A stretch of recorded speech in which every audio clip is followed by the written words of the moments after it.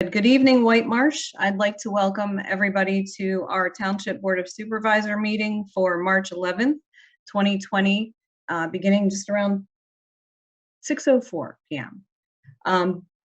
JC, would you please start us with the Pledge of Allegiance? Absolutely. I pledge allegiance to the flag of the United States of America and to the republic for which it stands, one nation, under God, indivisible, with liberty and justice for all.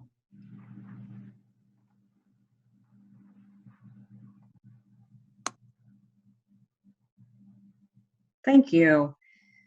Before we get moving, I just want to pause for a moment. Yesterday, one of our Whitemarsh police officers had a very scary experience, and Officer Matt Stadulis and his canine dog, Nika. And on behalf of the board, we want to extend our gratitude that he is physically okay, and our thoughts and prayers to him and his family and the rest of our officers. Chief, I don't know if you'd like to make a comment. Thank you. I just want to assure everybody the officer and his family are doing well. We're monitoring and adding any assistance to him and his family that we can. Plus, to all the other officers who were on duty at the time and had to deal with the situation. The support from the board, the township manager's office, the other department heads and employees of the township, as well as the residents and non-residents of Whitemarsh Township, has been overwhelming and very much appreciated. I want to assure the people in town that this is an isolated incident. This is not a person from our community. To the best of our knowledge, he's never even been in our community before. He's unknown to us. He will not be back in our community for quite some time. But I would again like to thank everybody, and we really do appreciate all the thoughts and prayers that we've received and the kind words. So thank you, and thank you for the opportunity to speak to this matter. Of course. I'm looking here, Mr. Meller, do we have, I think Senator Hughes was going to join us tonight. I don't know if he's able to at the moment, if he's here.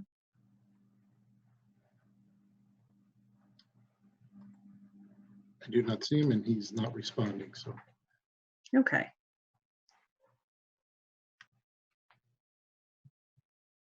So let us then move forward to our announcements. Thanks, Laura.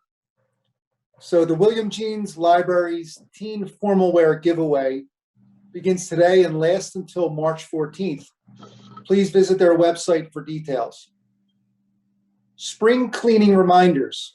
Residents receive one bulk pickup item per week and must call ahead to Mascaro to schedule pickup. All mattresses must be wrapped in plastic. The township has queen-sized mattress bags for sale at the township building for $2 each. Residents can reach Mascaro at 1-888-MASCARO. HMI is planning to start work on March 22nd on Flowertown Road between Joshua Road and Franklin Way. Flowertown will be closed full-time between Joshua Road and Franklin Way, starting on March 22nd, 2021. The current leg of Joshua Road between Flowertown Road and Stenton Avenue is expected to reopen tomorrow, Friday, March 12th. Thank you. Thank you. So we have some fun things to begin with. Rick, would you like to begin to introduce our proclamation for the Plymouth Whitemarsh High School students, the BECA program? Sure can. Pull this up. So we're really excited. Hopefully they can come on camera. We have a lot of people here on this Zoom, so it's a little bit difficult. If I can find Okay, it's. I do see one of the students there. Okay, down there. We have it's interesting as an alumni of Plymouth Whitemarsh High School myself. DEC has been around a very, very long time. I won't say when I graduated, but it was still there and thriving, and good to see that that program is still providing students opportunities, certainly in the business world, as they learn and begin and move on into the next phases of their lives, into college and into the workforce. So it's great to see that that program is being so successful. It's great to see that that program is really thriving with our Plymouth Whitemarsh High School students, as it did many, many years ago. So we're really excited to have them on this call today. We do have a proclamation. Chair Nestor, do you want me to read the proclamation and then we'll let them say a few words? That would be great. Okay. The proclamation, Plymouth Whitemarsh High School DECA Program Board of Supervisors. Whereas the DECA program is a recognized and active student body club at Plymouth Whitemarsh High School, which prepares its student members for careers in marketing, finance, management, entrepreneurship, and hospitality. Whereas Plymouth Whitemarsh students were selected as state and national qualifiers for outstanding projects that support local and regional businesses. Whereas Plymouth Whitemarsh DECA students have selflessly and generously participated in community service projects supporting Kisses for Kyle, a nonprofit organization that supports families experiencing financial hardships caused by childhood cancer diagnosis and treatment. Now, therefore, be it resolved, the Board of Supervisors of Whitemarsh Township do hereby present DECA this proclamation, proudly recognizing the organization's exemplary dedication and years of service to Whitemarsh Township community, resolved this 11th day of March 2021. And Thank maybe, you. yep. And maybe we can have someone from, would someone like to speak? Maybe Chair Nestor, we can invite someone to say a couple words, put them on the spot a little bit. This is practice, right?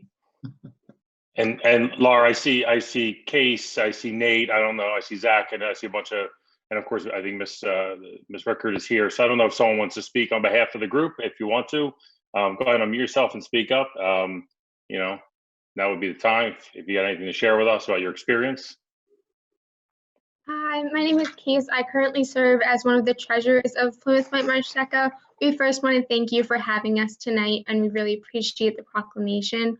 Over the past year, our members have worked to create projects that improve the community while also focusing in different subject areas like finance and marketing and business administration. We've been supported by our incredible advisor, Ms. Rickard, and we've also been working to support Kisses for Kyle and other community organizations over the past year as well.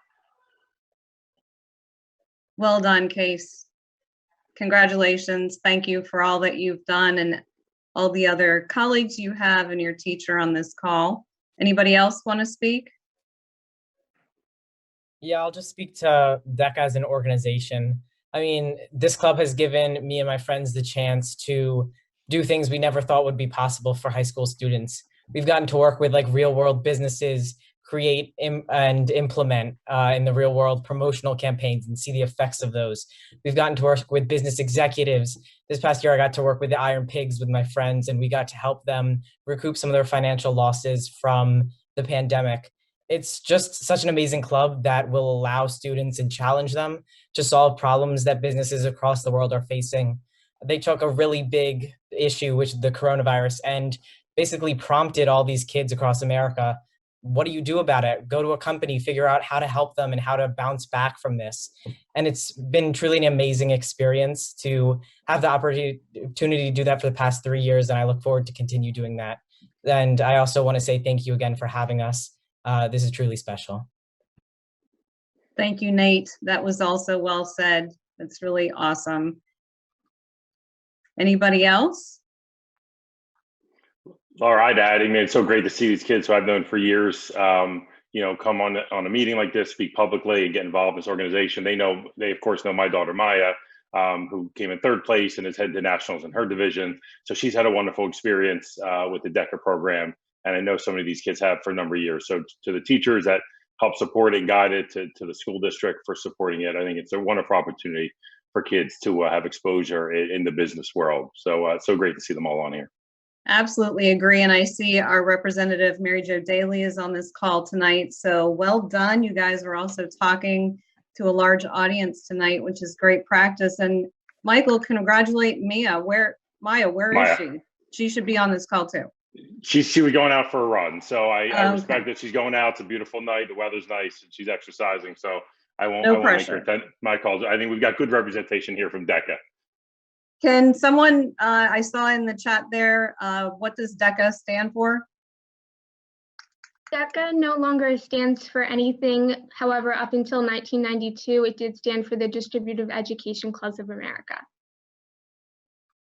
All right. Very good. Well, thank you all.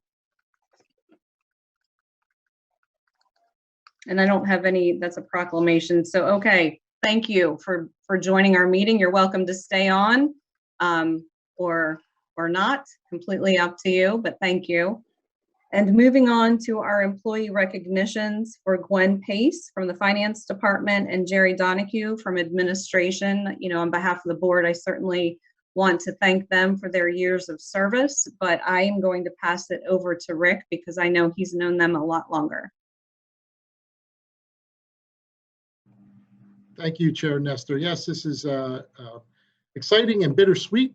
Two of our longest serving employees have announced their retirement from Whitemarsh Township. And I just would like to take a moment and recognize both of them. I'm going to start with Jerry Donahue. Jerry Donahue has worked for the last 36 years as an employee of Whitemarsh Township. Jerry started her career in Whitemarsh as a receptionist secretary in December 1984.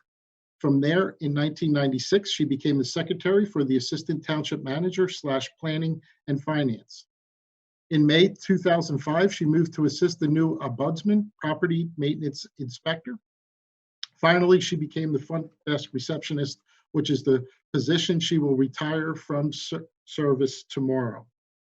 Jerry has been a constant at Whitemarsh Township, greeting and helping numerous residents, business owners, and many other individuals that have interacted with the township.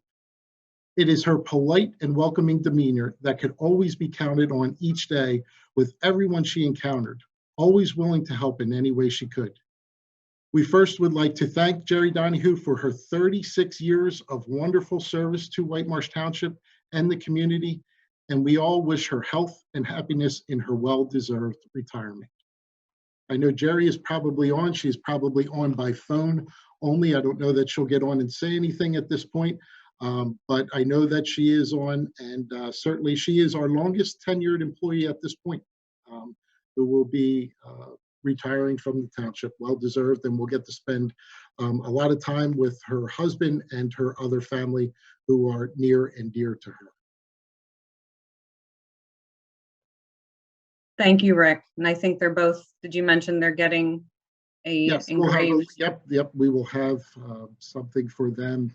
Unfortunately, we can't do it in person, but we will see them in person and be able to give them a little token of the township's appreciation. Very good, thank you. Next is Gwen.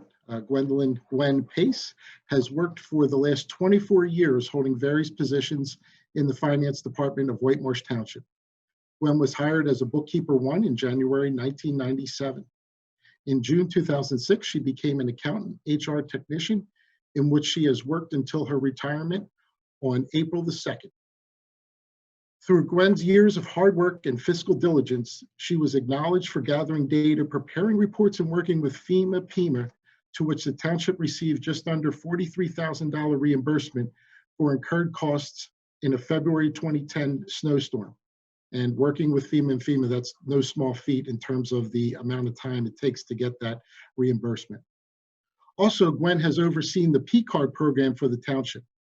Due to Gwen's hard work and determination, the 7 years it has been in place, the township has received over $74,000 in rebates. She has really been tenacious in doing this, and it really has always had the township's best interest at heart. And you can see that with the amount of money that has come back to the township. Gwen has always been the go-to person for all things finance in her tenure, always willing to help her fellow employees obtain the proper financial information when asked. We would like to thank Gwen Pace for her exceptional 24 years of service to Whitemarsh Township and the community, and we all wish her health and happiness in her well-deserved retirement. I know Gwen is on this call. I don't want to put her on the spot, but certainly if she wanted to say anything, Gwen, now's your time. Thank you. Thank you, Rick. Hold on 1 second, see.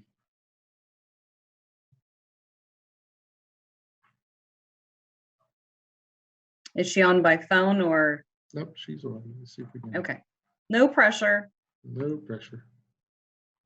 He has to be unmuted. There you go. Yep, there we go. Thanks, Rick. I really appreciate it. I want everybody to know I feel like I've been privileged to work for Whitemarsh.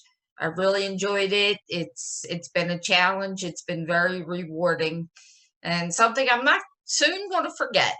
But thank you, everyone. I appreciate it. Thank you so much, Rick. I appreciate your summaries on both of them, and we certainly all applaud your time and appreciate it immensely.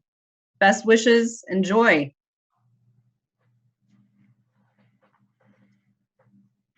Okay, we're going to move on to our approval of the minutes.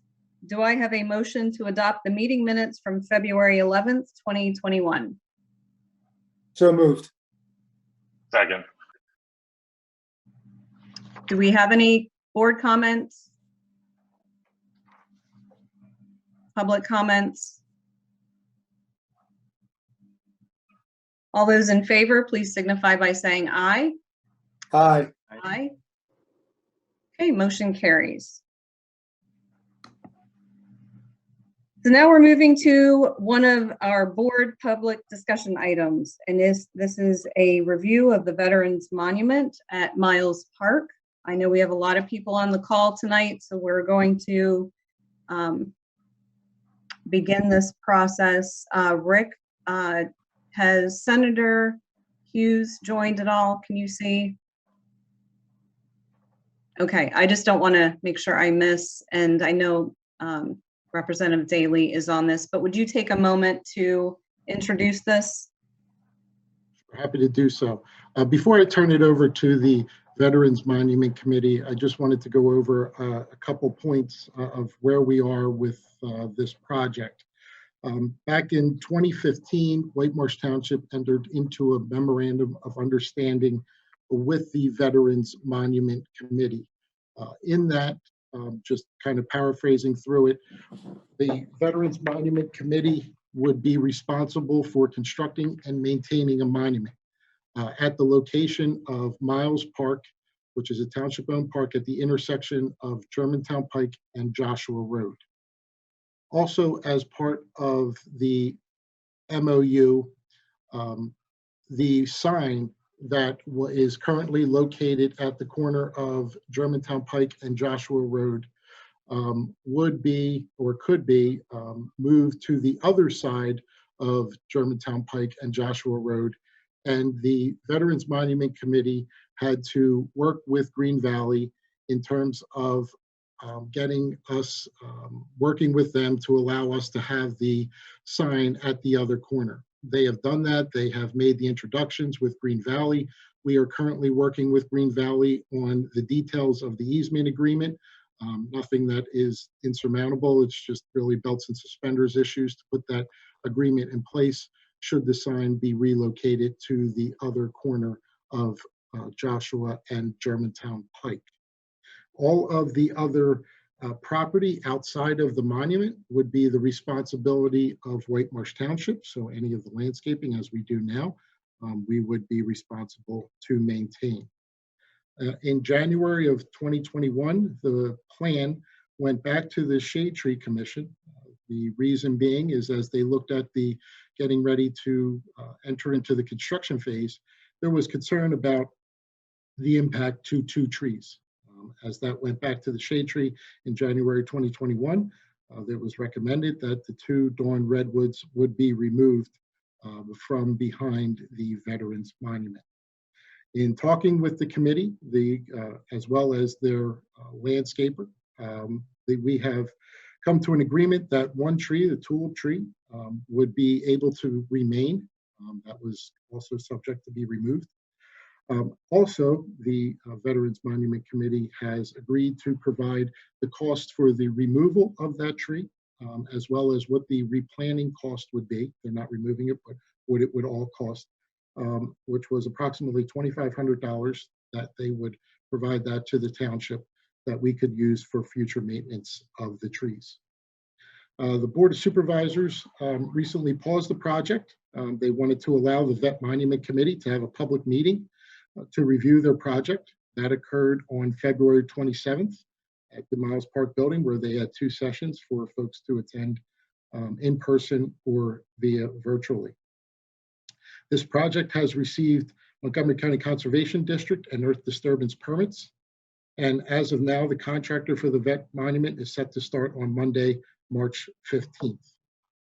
With that, I'm going to turn it over to the Veterans Monument Committee. I'm not sure, Eileen, who you want to have go first there or introduce, or somebody else, but I will turn it over for your part of the presentation. So Rick, thank you. It's going to be Richard Cutler who's going to go first. Thank you. We'll pass it on. Thank you, Eileen, and thank you to the Board of Supervisors for the opportunity to present again the Veterans Monument Committee, and my portion will be on the trees. Sean, are you going to project, or do they have access to the plan? Assuming that they do, I just want to provide a summary. One second, Richard, I'll have it up for you. Okay. While you're doing that, Rick, as a summary, the Whitemarsh Veterans Committee originally formed shortly after 2010 and worked on developing a plan and entered into the township, as Rick mentioned, in 2015 with the Memorandum of Understanding. We continued refining the plan and sought input from veterans and others throughout the township and made numerous presentations about the project itself. Most recently, we went through the Shade Tree Committee process as it related to most specifically the 2 Dawn redwoods that had grown tremendously large since their original planting around 2000 and 2001. And at that time, those 2 trees were approximately 6 to 7 feet tall. Today, as they stand, they're between 50 and 60 feet. As one can see, that's approximately 2.5 feet of growth per year. And as we were told by Chiron Environmental when we developed the plan in around 2015, that we weren't going to need to take down any trees. Unfortunately, those trees continued to grow. And at our most recent meetings on site with members from Shade Tree, as well as the township around early November of 2020, the location of the 2 Dawn redwoods became a concern. And it was recommended for us to go back to Shade Tree Committee and present a number of options. Before I review those options, as well as the disposition of the 2 trees, I just want to provide a summary of what's happening with all of the trees. Initially, and was previously mentioned, there was a total of 4 trees scheduled to come down. 2 were elm trees, or I'm sorry, ash trees, 1 tulip tree, and 1 pear tree. The pear tree, as we finalized arrangements in November, we found out had already been removed. And the tulip tree, which was originally scheduled to be removed, will be remaining. We were able to redo the grading. Initially, its removal related to the pathways to the monument and ensuring that we were handicap compatible. They were able to redo the grading and ensure the handicap access to the monument. So that tree will remain. The 2 ash trees are being removed.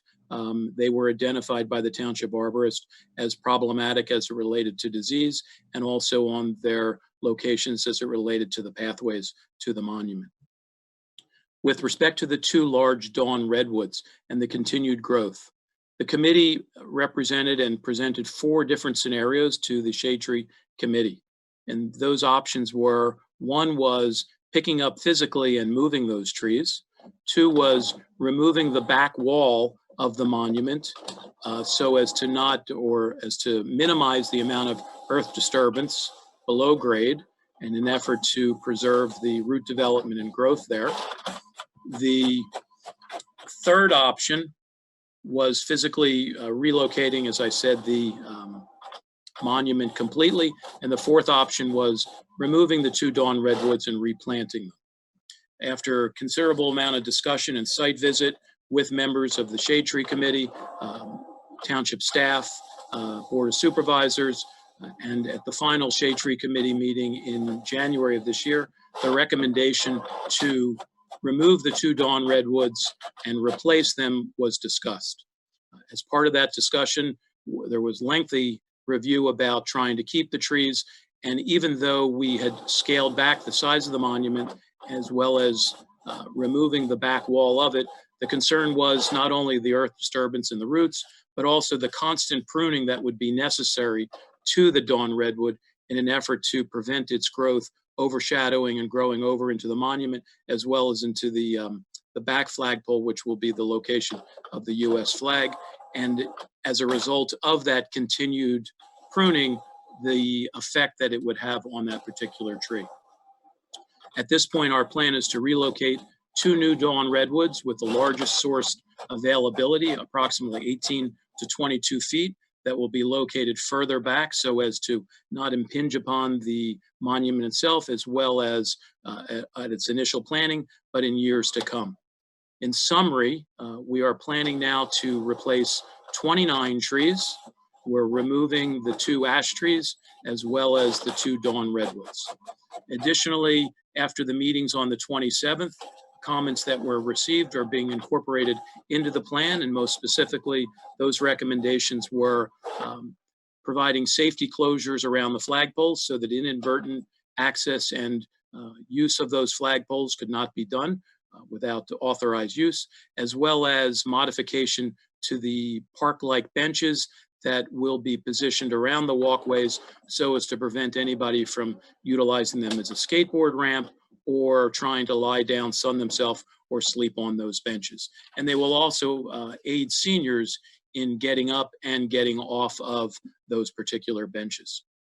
Lastly, the monument itself, as it enters down to the intersection, there was a discussion that some had as it related to safety and whether it was encroaching upon that intersection.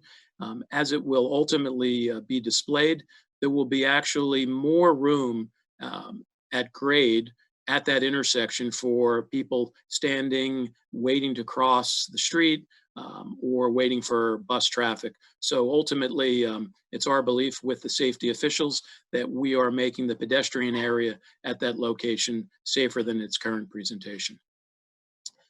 That's what I have to present as far as the trees go, and happy to take any questions through the chair or turn it over to the next person of the Veterans Monument Committee. Richard, I haven't moved any slides here. If you want me to move anything. No, I'm fine. I guess it's really, if you just want to run through, if anybody has questions about them. The most specifically was the 2 dawn redwoods directly behind the monument. And I will say that over the years, we had scaled back the size of the monument plaza as we saw the things were developing, and we went out onto site. And then even with that continued growth of approximately 2.5 feet per year is what ultimately gave rise to the discussions on the relocation of the 2 dawn redwoods. One other item is it's our plan to take down the redwoods and then harvest as much of the dawn redwood as we can to fabricate after seasoning some benches that will be donated to the township that can be located within Miles Park at their discretion. And this plan, Richard, is the same plan that went to the shade tree in January of 2021. Yes, it is, with the exception that the pear tree is no longer there, and we're going to keep the tulip tree. Rich, can I just have you clarify how many trees under this plan would be added to Miles Park? A total of 29 trees are being added into the monument area. And that includes the 2 new dawn redwoods. That is correct. Thank you, sir. There'll be a significant shade tree component along Joshua Road that's currently not present in the new configuration. Rick, and I think the next slide probably shows that one. But the one before, there is a slide I know that shows all of the trees along there. Those trees that's at PA, those are the shade trees that will be planted along Joshua Road that are currently not there.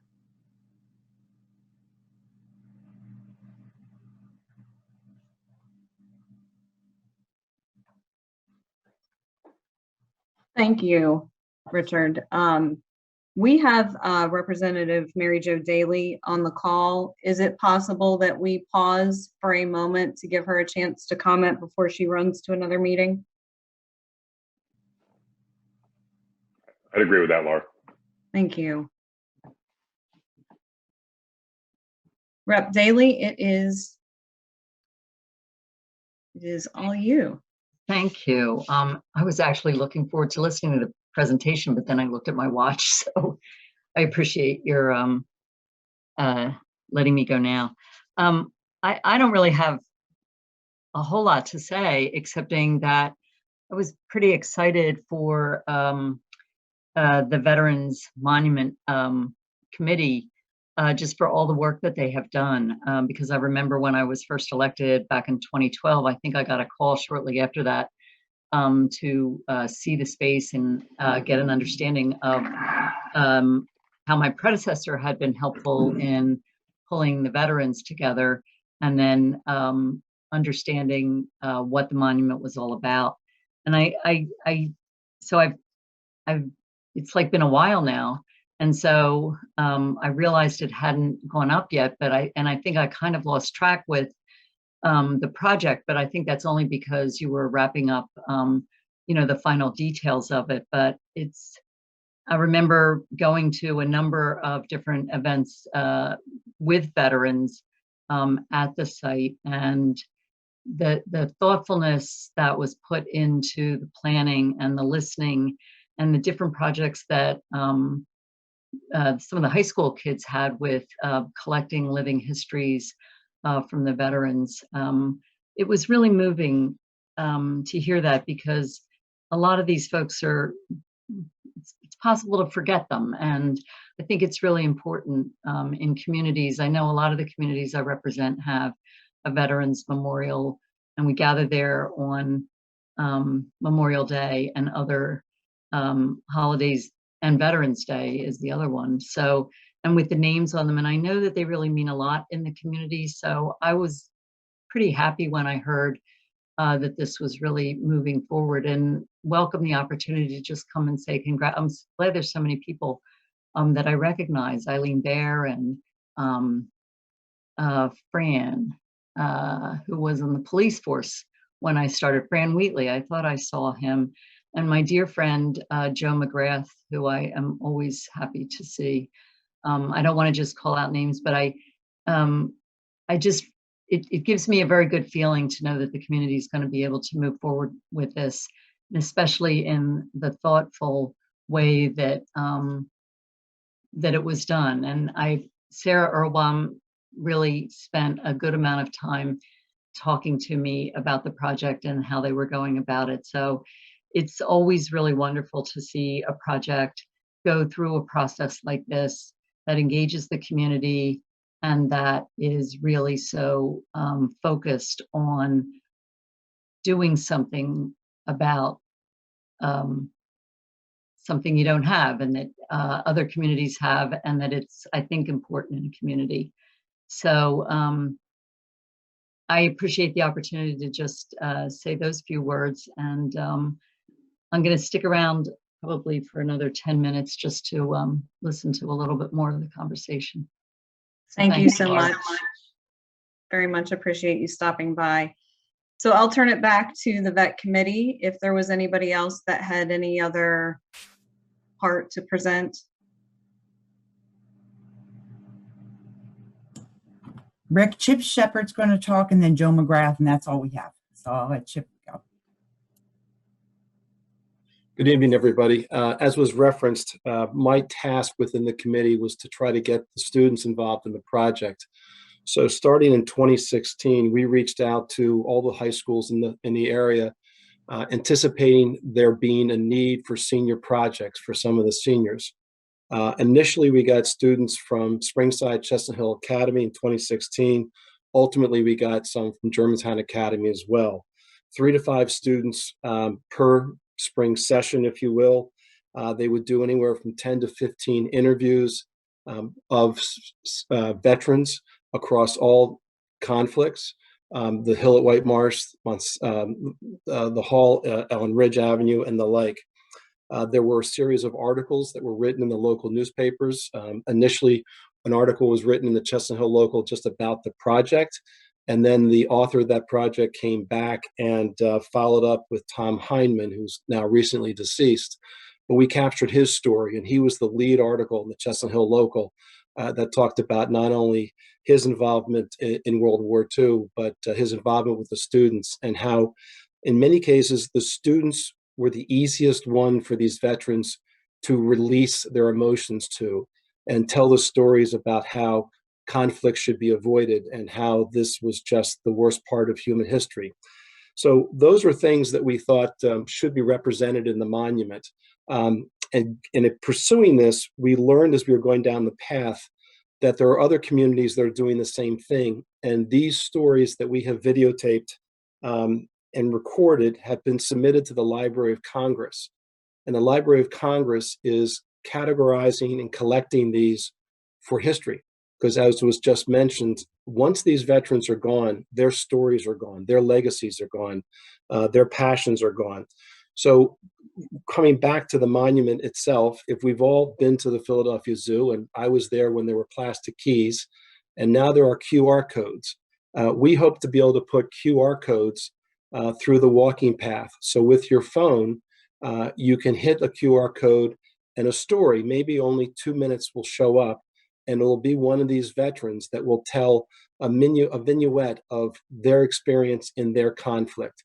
And then you can walk to the next. How many there will be, I don't know, but that's how we can get the oral aspect of history to this, this physical monument.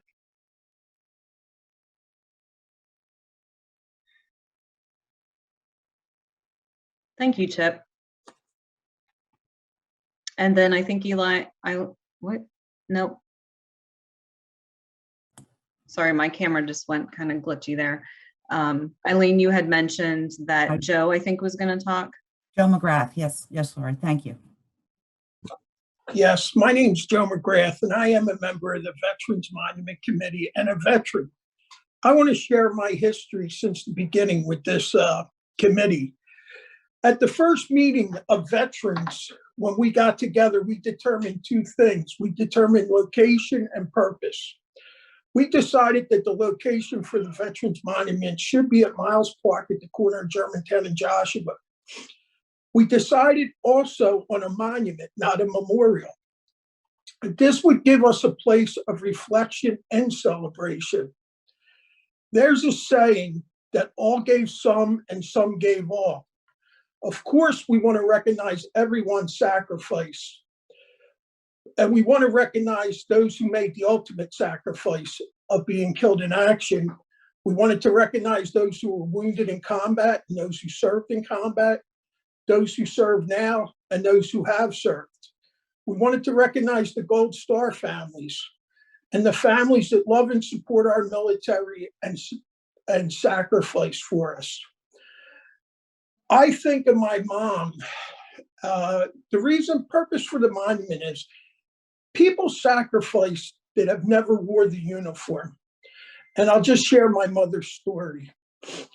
My mom, her dad, joined the Navy in 1941 and was away from her from the age of 2 to 6 while he served in the Navy during World War II.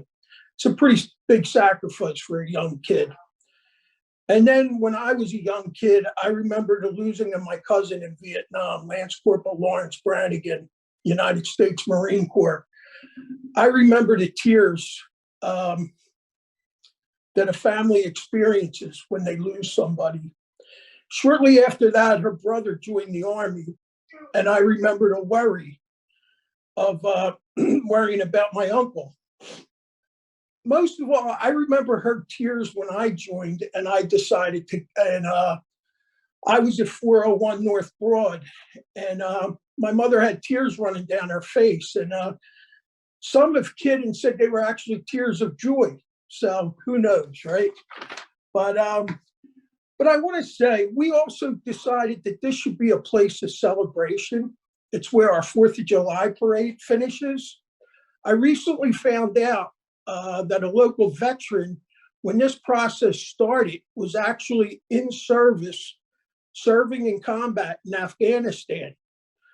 Wouldn't it be great to have a monument to welcome such people home to? Also, it could be used for pinning ceremonies when young men and women become an officer in our, military, or take their swearing-in ceremony. Okay, I just want to say, there's a saying, there's no such thing as an atheist in a foxhole.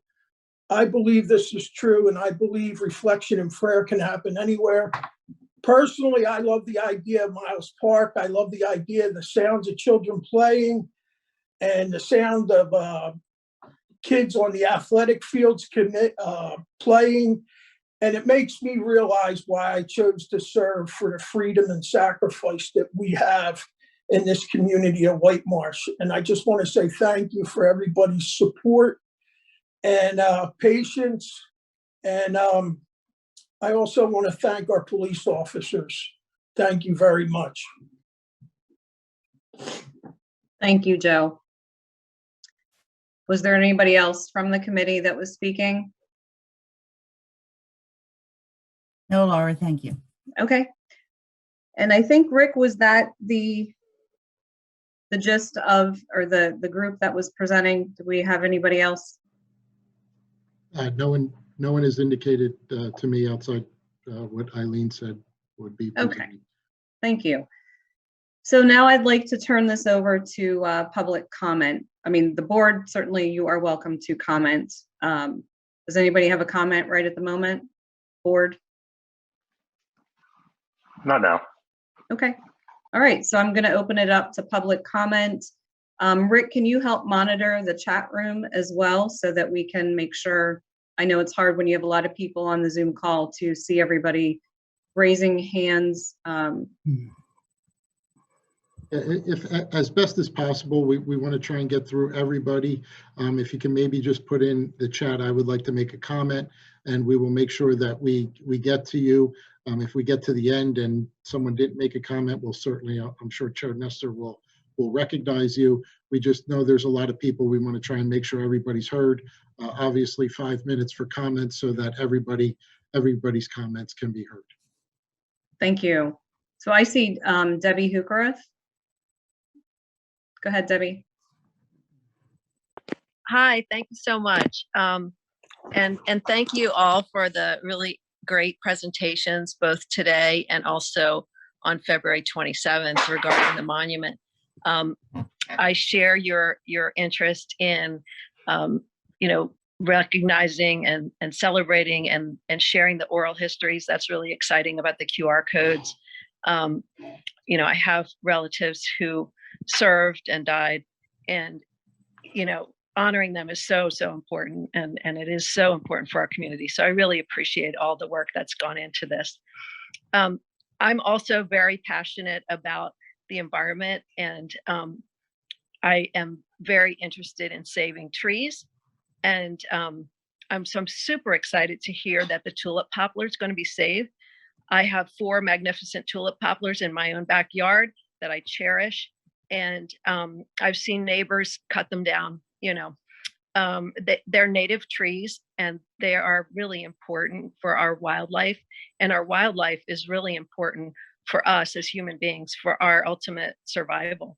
And I don't want to be melodramatic, but we are in a critical point here where just excuse me, not just in Whitemarsh Township, but worldwide, there's been so much development and so much overdevelopment that losing even one tree really is concerning to me. So I'm super excited that we're going to save the tulip poplar.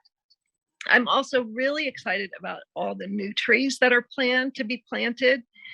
And as far as the Dawn redwoods, they are not native trees. They are big trees. They're habitat. So I'm sorry. And I think that I would love to see the design altered so that we wouldn't have to lose them. I think, there's retaining walls because of excess grading, to go underground. That's going to impact their root system. So I understand that. I'm also wondering, has anybody looked at the maintenance costs of retaining walls over time that the township will be responsible for? Because I know that can be very, very costly. But if they have to go, my vote would be to replace them with native trees instead of Dawn redwoods. And I would also propose that all of the trees that are planted be native trees. And that's really for our wildlife. And again, indirectly for all of us, because our native species are not supported adequately by the vegetation that we've been planting, myself included. In my own yard, I didn't even really have the recognition of how important native species are until several years ago, working on the Environmental Advisory Board for the township. I learned so much myself. I'm not an ecologist, so I'm learning. So I would really encourage, minimizing tree removal and any replacement be done with native species. Thank you very much. Thank you, Debbie. The next I saw come in was Lori Riley. Hi, I'm Lori Riley. I'm usually on the other side of things here, so this is a first for me. And I want to start by saying, really respect veterans and all of the hard work that has been put into the monument. But I just had some concerns about the location. I just feel like as a newer resident, I wasn't here for the 10-year process. And I frequently use Miles Park, but I was never really aware that this was happening. I'm a working mom, I have 3 kids. So it's kind of hard to keep up with what's going on in the community on top of everything else. But we're at Miles Park a lot. And I think I just have fears about this intersection and kind of what the monument will mean for it. My kids go to camp at Miles Park and, we play baseball there. So I can see how the monument's perfect for like the 4th of July parade, but my fear is that it's going to be here 364 other days a year. Right across the street from the monument is a bus stop that I think is the only transportation center. We have a Wawa. Even though we're a small town, I think we're, a heartbeat from the city, and there's a lot of people that pass through. And I guess I just think, having my background, I was an attorney for Parks and Rec for Philadelphia for 6 years. And I'm currently an attorney for the Philadelphia School District. So like kids and public improvements and parks are like what I'm very passionate about. So, I just think the monument, if it was not a gathering, like I just don't understand how it's a gathering place on that busy intersection. And I think I have no opposition to it being in Miles Park or anywhere in like Whitemarsh, but it feels like it's creating a gateway into Miles Park, like a new entrance and exit. And I think I'm just concerned that the memorial is not going to be, I think that what the memorial will end up becoming is not going to be what it was intended to become. And that, people will buy food at Wawa, and then, there's benches, there's places to gather. I guess I'm afraid, I have young kids, I'm new to the community. So, I plan on being at Miles Park for the next 15 years. And I guess I'm worried that, if we're driving by on our way to a baseball game and, we see people hanging out there and, it doesn't look like community members, it looks like adults, or, I'm going to be afraid to let my kids go to the playground, and I think it just scares me that something that's meant to beautify and bring the community together might end up being something in the long run that they regret where they located it. And I just, there was talks about ceremonies and gatherings, and I'm just so confused because that intersection is so busy. And I just think if we're having ceremonies and things there, it's already like congested. So then I just feel like it'll kind of be a distraction to traffic and might, make traffic even slower. If somebody's stopped, people will try to get around. It's just already like a crazy intersection. Then my other fear is about kids trying to go down there. Every spot in the park is like an attraction to kids. I know kids aren't supposed to play on some of the things like the exercise equipment, but, anything in a child's line of sight is basically an invitation to come explore. So I think, I just worry that kids either in the camp or, kids at the playground, especially in ages like 4 to 8, might be, curious to go down there. And I also think since there's like a path to it, kids might ride their bike through there. And I have 3 boys and, I try to teach them right from wrong and all the things along. I don't know if anyone else has ever tried to raise a son or just a stubborn child, but, it takes one dare to, take your bike down the steps, take your skateboard down the steps, and the kids in the intersection. So, Thank you, Lori. We're coming up at after 5 minutes. Okay. But I think that's really, I think I hit all the key points. But I think, I think another location would make a lot more sense for what the memorial's intended to be. Thank you very much for your comments. Sure. Daryl Schick. Thank you. Thank you very much. I've been a township resident since 1990, so about 31 years. I want to start by saying that I completely support the idea of having a veterans monument in our township. My grandfather was a member of the 445th Anti-Aircraft Battalion in France and Germany, and I know there's a lot of people here. I think if you polled the township, you'd probably have 99%, if not 100%, support for the idea of a veterans monument. So I don't think there's any concern about that. I think the thing I'm mainly here to speak about tonight is more just the process that concerns me, because I think that obviously what we're really here to talk about today is the 2 trees. And I don't think anything else is really a point of contention. I mean, possibly the location, as was just mentioned, could be a concern. But I think for the current discussion I've been hearing centers around the trees, because they've become an iconic part of our landscape here in the township. And I think that it should be acknowledged that up until about a month or 2 ago, the plan was that the trees could stay, and it was only recently realized, I understand the trees grow fast, but, I think Chiron probably should have known that the trees would grow fast. And I guess what I'm suggesting is that, there's, I believe, 6,000 or 8,000 families in the township.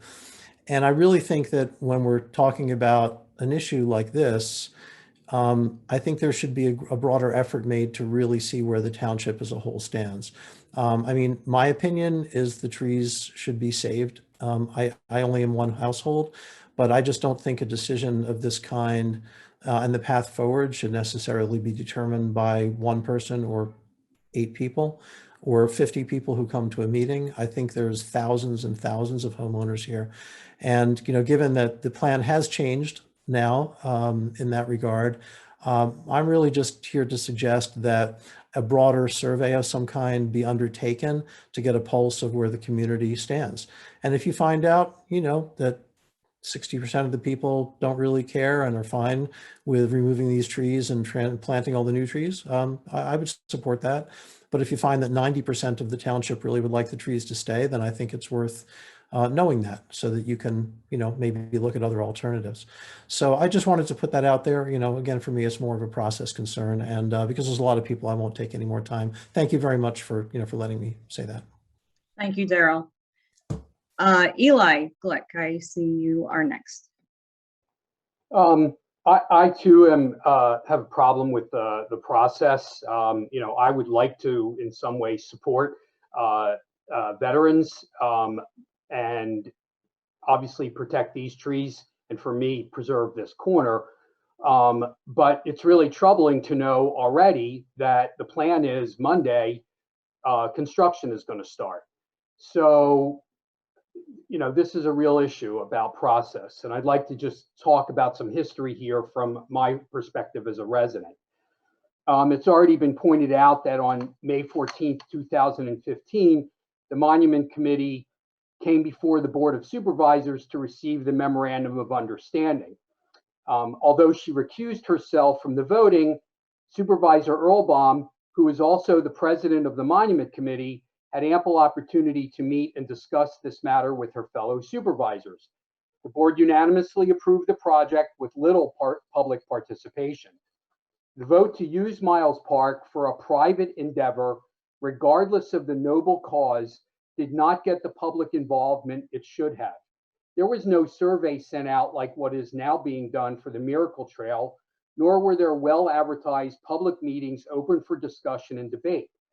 Instead, the MOU came out very quietly and, in my view, came from a flawed process. The monument was designed by the staff from Chiron Environmental. As a large part of the company's work, Chiron performs tree management and are experts in tree care. The designers of the monument must have known the site and the existing growing trees. One could assume that the design would be around the trees, since promise was not to remove or harm any trees. Did the Monument Committee tell Chiron to preserve the trees? Yes or no? On June 25th, 2019, the Monument Committee came before the Whitemarsh Planning Commission to present the project. A resident in the audience asked a specific question if trees would be cut down, and the answer to the Planning Commission was no. Less than 2 months later, on August 6th, the committee came before the Whitemarsh Shade Tree Commission, and they requested the removal of the 2 ash trees, the tulip and the Bradford pear. This is the first time the mention of removing trees came up. The question is, of course, why at that late date were live, healthy trees asked to be removed? Just 2 months before, we were told at the Whitemarsh Planning Commission that no trees would be cut down. The ash trees were not affected by the emerald ash borer. Only the Bradford pear was damaged. The township arborist suggested the ash trees would likely die in a short number of years to come. He failed to point out that through chemical spraying, the trees could be maintained. Further, there is now evidence that some ash trees are becoming resistant to the insect. Also, it is of note that the township arborist previously worked for Chiron. On November 17th, 2020, the Monument Committee came back before the Shade Tree Commission, this time to request the removal of the 2 dawn redwoods. This time, the monument plan appeared to again change from prior ones presented. On this occasion, we heard 3 reasons necessitating the tree removal: visual line of sight to the flagpole, construction concerns, and safety issues were mentioned. Members of the Shade Tree Commission requested a site visit. On January 5th, 2021, the Shade Tree Commission voted to remove the 2 dawn redwoods. It was clear that the township assistant manager was pressuring the members of the Shade Tree Commission, saying things like this: "It is too far along not to vote for this." The commission was clearly conflicted. In fact, at the most recent Shade Tree Commission meeting on March 2nd, I brought this history up again. They made it clear that they hoped that the trees could be saved and the monument redesigned.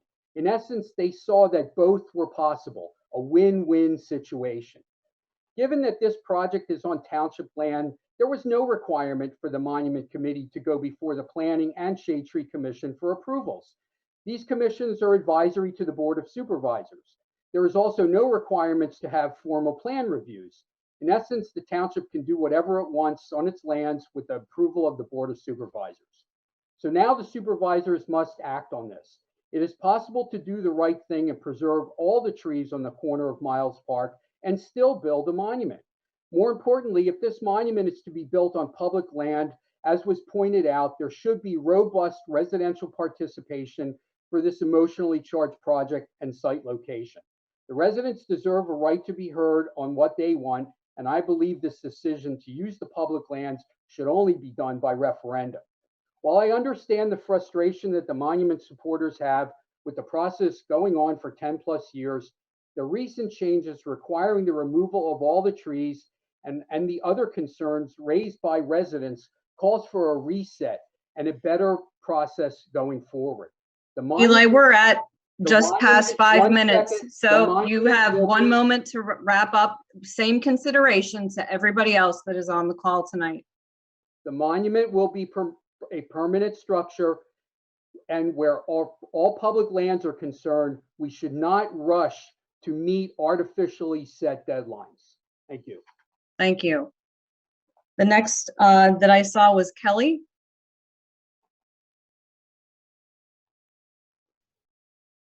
Can you hear me?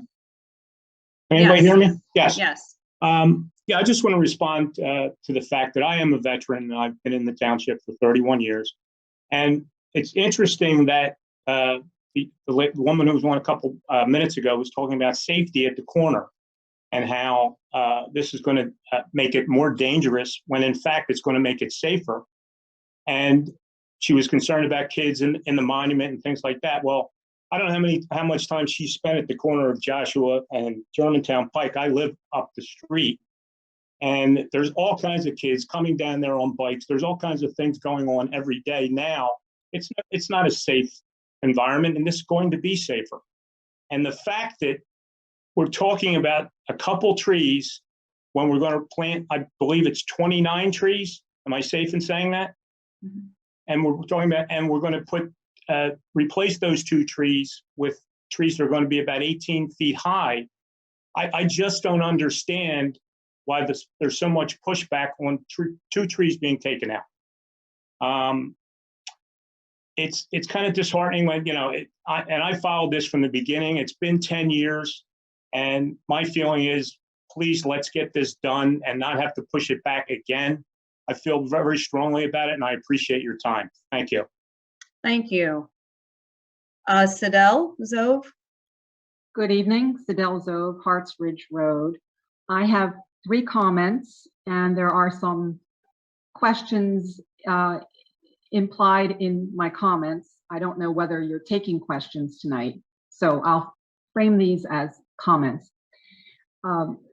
There has been repeated reference to the fact that there will be 29 trees planted here, but the number of trees is not the variable that counts. What counts is the caliper inches of trees. And I think we need a clear reckoning as to whether or not Shade Tree Commission has accepted the caliper tree measurements that are on the plan. Second comment is that the memorandum of understanding, which was circulated with the packet for this evening's meeting, makes it explicit that the Veterans Monument Foundation was formed to construct and maintain the monument. Yet, what we have learned is that maintenance costs will be picked up and maintenance responsibility will be picked up by the township. I think the residents deserve to know what the annual maintenance costs will be. Just as we heard what the maintenance costs will be with regard to the Dixon Meadow Preserve. That was a discussion a couple of weeks ago. And finally, I have to agree with the earlier comment that in taking down the redwoods, and I'm going to assume that this plan will proceed, that there will be no opposition from the Board of Supervisors, and that we're going to see this plan for the monument move forward. With that in mind, I would have to agree that replacing dawn redwoods with dawn redwoods is folly. Knowing what we know today about the value of native trees, we should take the caliper inches represented by the existing dawn redwoods that will be removed and translate that into new trees, new native trees to be spread around Miles Park. So although I am vehemently opposed to the destruction of the 2 glorious dawn redwoods, I am similarly opposed to replacing them with more dawn redwoods. That is not consistent with the comprehensive plan update. It's not consistent with good environmental practice, and it doesn't serve any value whatsoever. Thank you. I appreciate the opportunity to speak. Thank you, Sidel. I have an iPhone. Someone calling in from their iPhone would like to comment that what came in at 7:01 p.m. I'm not sure who iPhone is.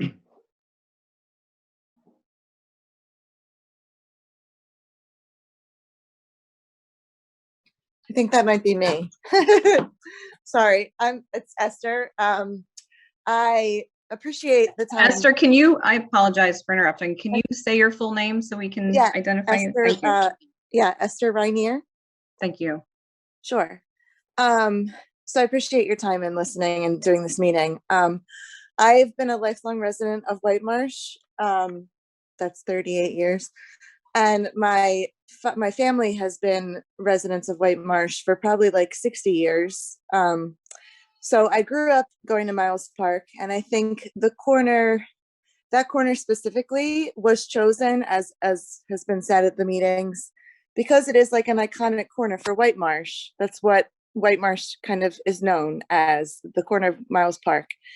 I wholeheartedly support having a monument for veterans. My father is a World War II veteran. I'd also love to find out how he can get recorded to be part of this, but given the purpose of the monument, I think that we can do better. That corner has been used for gatherings recently this past year, I guess over a year ago now. It was for the Black Lives Matter movement. Oh my God. I'd be concerned that if we want to have gatherings at Whitemarsh, if for the township, that corner is where people gather. And I don't want it to become an issue of disrespecting the veterans and that the purpose of the monument. So given that that's an area that's known in the community as a place to gather, I'm not sure that that's the best place for this monument and for the purpose of honoring the veterans in our community. I also think I'm concerned about the parking for accessibility to get to the monument. I was at the February 27th meeting, and like there is handicap parking along that strip of Joshua Road, but it's at the end by the Township building, not near the monument itself. And I think there's only a few spots. Some might have been added, but I don't think it's enough for our elderly veterans or possibly disabled veterans to access the monument like they should be able to. It would be ridiculous to expect them to park in the lower parking lot and somehow make their way up the very steep inclines that are now part of the park. That one hill is absolutely ridiculous to even walk up. So I'm concerned that it's not really going to be accessible for the people that it's intended to honor. Again, I think it's an excellent idea. I want this to be part of Whitemarsh. I love the idea that there's recordings and the QR codes so that our children can access this history that's invaluable. Again, my dad, 98 years old, once he's gone, his stories are gone. I think this is so important. However, again, like I said, I think we can do better. I think that a location like Victory Fields would be an amazing location for something like this. There's much more parking. The children will still be able to have access to it. It will show off how our township is honoring the veterans to the many other areas that come to use those facilities, the other schools that come to play on the fields. When they're having a break from games, they can explore this monument safely. It's not in a busy intersection. It also allows for people to go and park and quietly reflect. So I really feel that, again, this is an important part of our community, but we can do better. We can save the trees. We can keep our iconic corner of Whitemarsh that's used for gatherings of any kind that we may not have control over, and give access to this great monument for more people in a safer way. Thank you. Thank you, Esther. Tam Paultis. Hi, Tam Paulitz, Edmonds Road. I would like to concur with a lot of the statements that I've been hearing tonight from both sides. And first of all, I'll say that I am very much in support of this project altogether. I really want for this to happen. I grew up in a military family. My father was in the military my entire childhood, and several other members of my family have been in the military as well. My niece just recently came back from Afghanistan, and I really think that this is a very important thing that you're all doing. At the same time, we do need to protect the trees in the township, and we do need to promote habitat for our wildlife. I agree with what Sidel was just saying about the native trees, that if these dawn redwoods do need to come down, I concur that we really should be replacing them with native trees whenever we can possibly do that. That really is the better way to go. I also want to say that Eli did a good job of relating some of the mistakes that have led us to this point. I have already itemized a lot of those mistakes on both sides, the township and the Veterans Committee, and I've shared those with the supervisors already. I would like to point out that I'm particularly concerned because I think the conflict with these two red dawnwoods that came up, dawn redwoods that came up so recently, came up because of a mistake that was made, and the mistake was repeated. And that is that the root protection zone for the trees throughout this site were not accurately taken. The Chapter 55 calls for the protective fencing shall be placed at a distance calculated at 1 1/4 feet radius per each 1 inch of diameter at breast height, or to the outer edge of the drip line, whichever is greater. And I happened to look at some of the old plans that had been floating around, and there were some that had the protective fencing marked on the plans, and they were right around the line of the canopy. And it occurred to me that this didn't seem right. And I actually went out to the site just yesterday with a tape measure to get an idea of what happened there. And the dawn redwood that's particularly of concern, that's the bigger one that's on the right, that has a diameter of 32 inches. And according to this calculation, the root protection zone for that should have been set at 40 feet. There's a stake in the ground marking the perimeter of the construction there. And that I can only estimate is approximately 23, 24 feet. I'll say maybe 25 feet. My tape measure only went to 20, so I'm just approximating, but it's nowhere near 40 feet. The problem isn't that the trees grew so much since this was first planned. The problem is that the root protection zone wasn't identified properly to begin with. And what really concerns me now is if we go through with this plan and cut down these two dawn redwood trees and put new ones in, placed further back, I'm concerned that we're going to start running into the root protection zone of the memorial sycamore tree that's directly behind that area. I really think that we do need to take a moment to reassess exactly what the root protection zone is for all of these trees and see what can be done. I really, really seriously want this to work. I like the location. I live in the neighborhood. I know that people in my neighborhood walk there to the park, and they would walk through that memorial and the monument, and they would get this education that I really want my neighbors to get. This is important to me on both sides. And it's been painful for me to watch the process as it's been just bit by bit, it hasn't gone right from the beginning. I think we can do better. I don't think it'll take a monumental task to fix it. I think we can find compromise here, but I do believe that the monument plans are too big for the space, and possibly the layout could be different. I think that we can give a little on both sides, but I don't think that it's right for the construction to start right away without this review being done. And I thank you very much for your time. Thank you, Tam. Linda Dole. Hi, Linda Dahl, Fairway Road.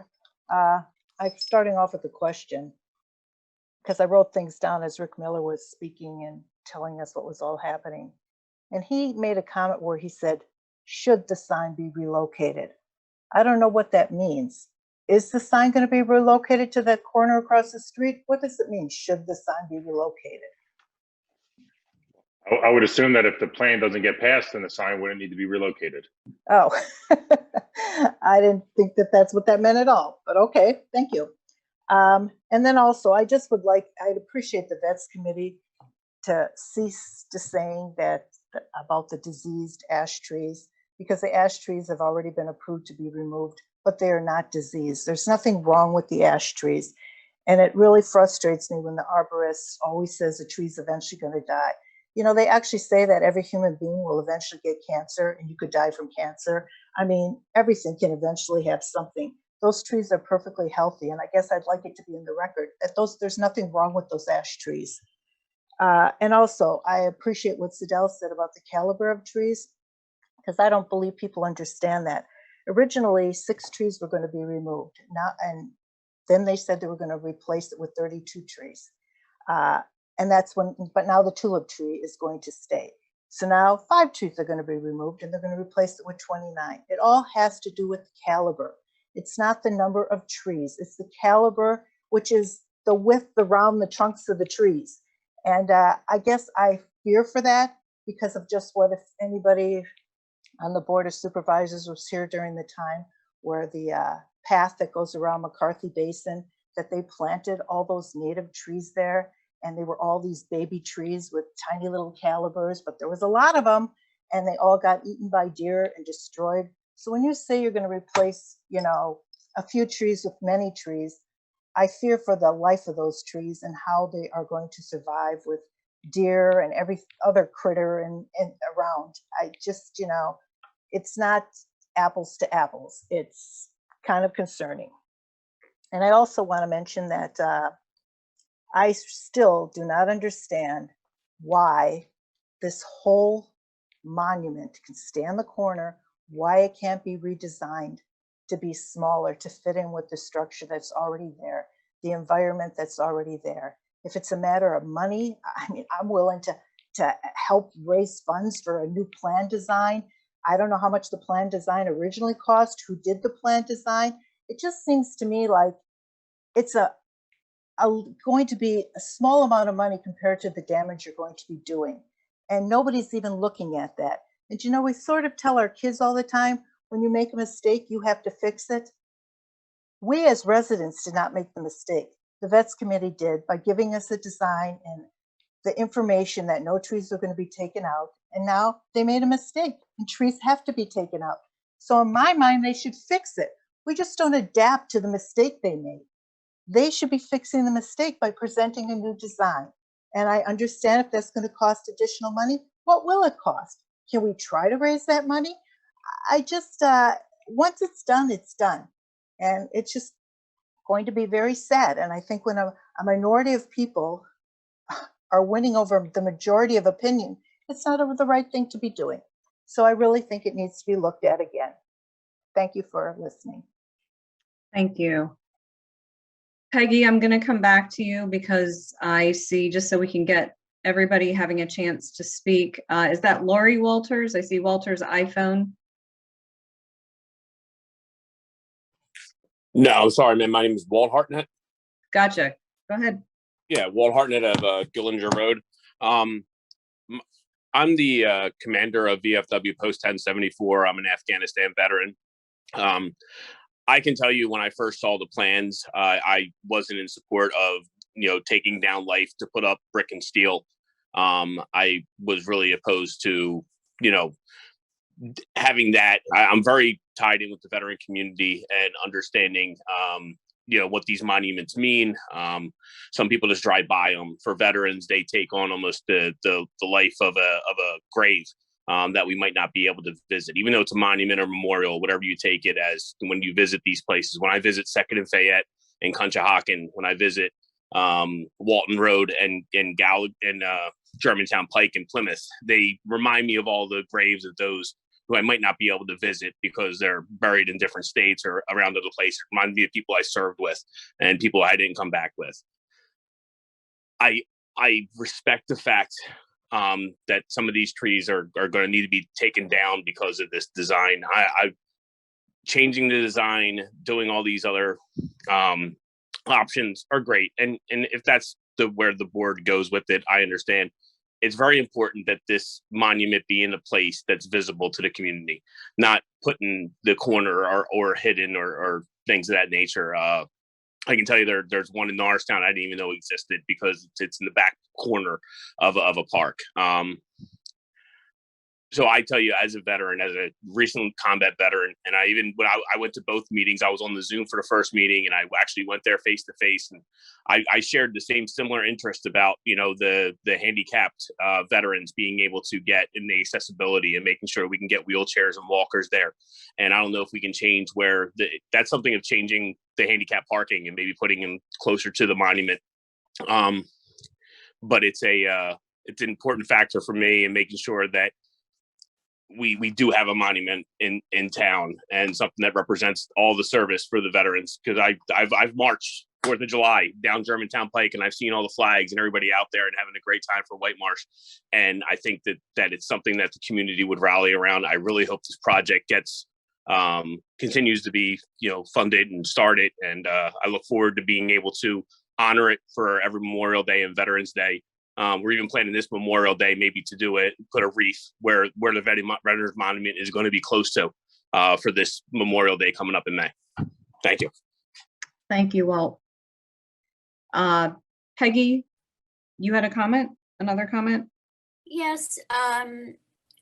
Well, I know that we have used it as a community for the menorah, which is very special to the Jewish community because that's the only place that is celebrated. And I don't know if that's still going to be able to happen. They'll be able to do the Hanukkah lighting of the menorah every year. Yeah, I appreciate that. There's also the nativity that has been there as well. Mr. Meller, I think you might have some insight on that. Yes, we looked at that and realized that was one of the those two would have to be relocated. We have talked internally about relocating them at the old Township building at Miles Park on Joshua Road. There's space for them. There's actually electric there that you could do it, for at least the first year. Should there be a signed relocation on the other side, there certainly is potential to put them there as well. So we have talked about that. We recognize that they are an important fabric and everybody looks forward to those being up, and we want to continue to have them be displayed during the holiday season going forward. Thank you. Okay, Kim, would you like to speak? Or did she sign out? I'm trying to read this here. I think she signed out. Yeah, Okay. I think she signed out. She was leaving Okay. her comment. Gotcha. Did I get everybody? Do we have any other public comments? There's one more. That just Nancy? Hi, Nancy Braitman, and I've been living in the township since 1990. And so my kids grew up playing at Miles Playground. And I totally appreciate the monument going up. I think that that's really, really important and valuable. But I do think that the location has some flaws. I think on a practicality standpoint, for veterans that are disabled, and I know this is mentioned, but I agree with this point, how on earth are they going to get up that hill from the lower parking lot? And there's only one or two disabled parking lot spaces on Joshua Road, and that's not particularly easy to get from there to the monument either. So I think Victory Fields would be a much more sensible place for the monument to be built.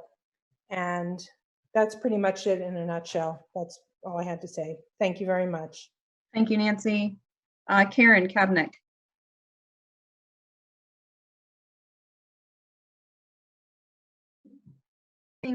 I'm trying, sorry. Thank you for letting me just say a brief thing. I guess I've been concerned about this situation, and I'm new to these meetings and coming to these meetings and hearing, the Shade Tree Commission and the Board of Supervisors meetings, and I'm just struck by this issue being so controversial. And I'm clearly on the side of don't cut the trees down and let's preserve nature, and if we have to plant, and all the things that have been said here have been, on the side of protecting the environment. I completely agree with. And I guess I just wonder if the board can actually, put a halt to this and survey us, because I think the controversy is very clear, and it's so divisive and polarizing, and I just wish the board would just send out a survey and see if we all agree. I mean, of course there should be a monument. I have no problems with a monument. I support it. My father-in-law was in the armed services. He was shot. He was, we all appreciate veterans, but I think even amongst veterans, there is controversy as to whether this location is correct, and their thoughts on thoughts on the trees. So I just implore the board to put a halt to this and actually listen to what's being said here tonight. And thank you for allowing me to speak. Thank you very much. Okay, and we see the other chat coming in. Okay. Does anybody else want to make a comment out loud?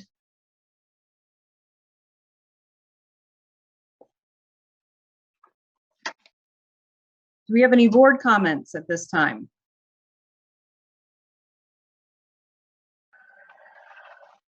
I guess I'll go first.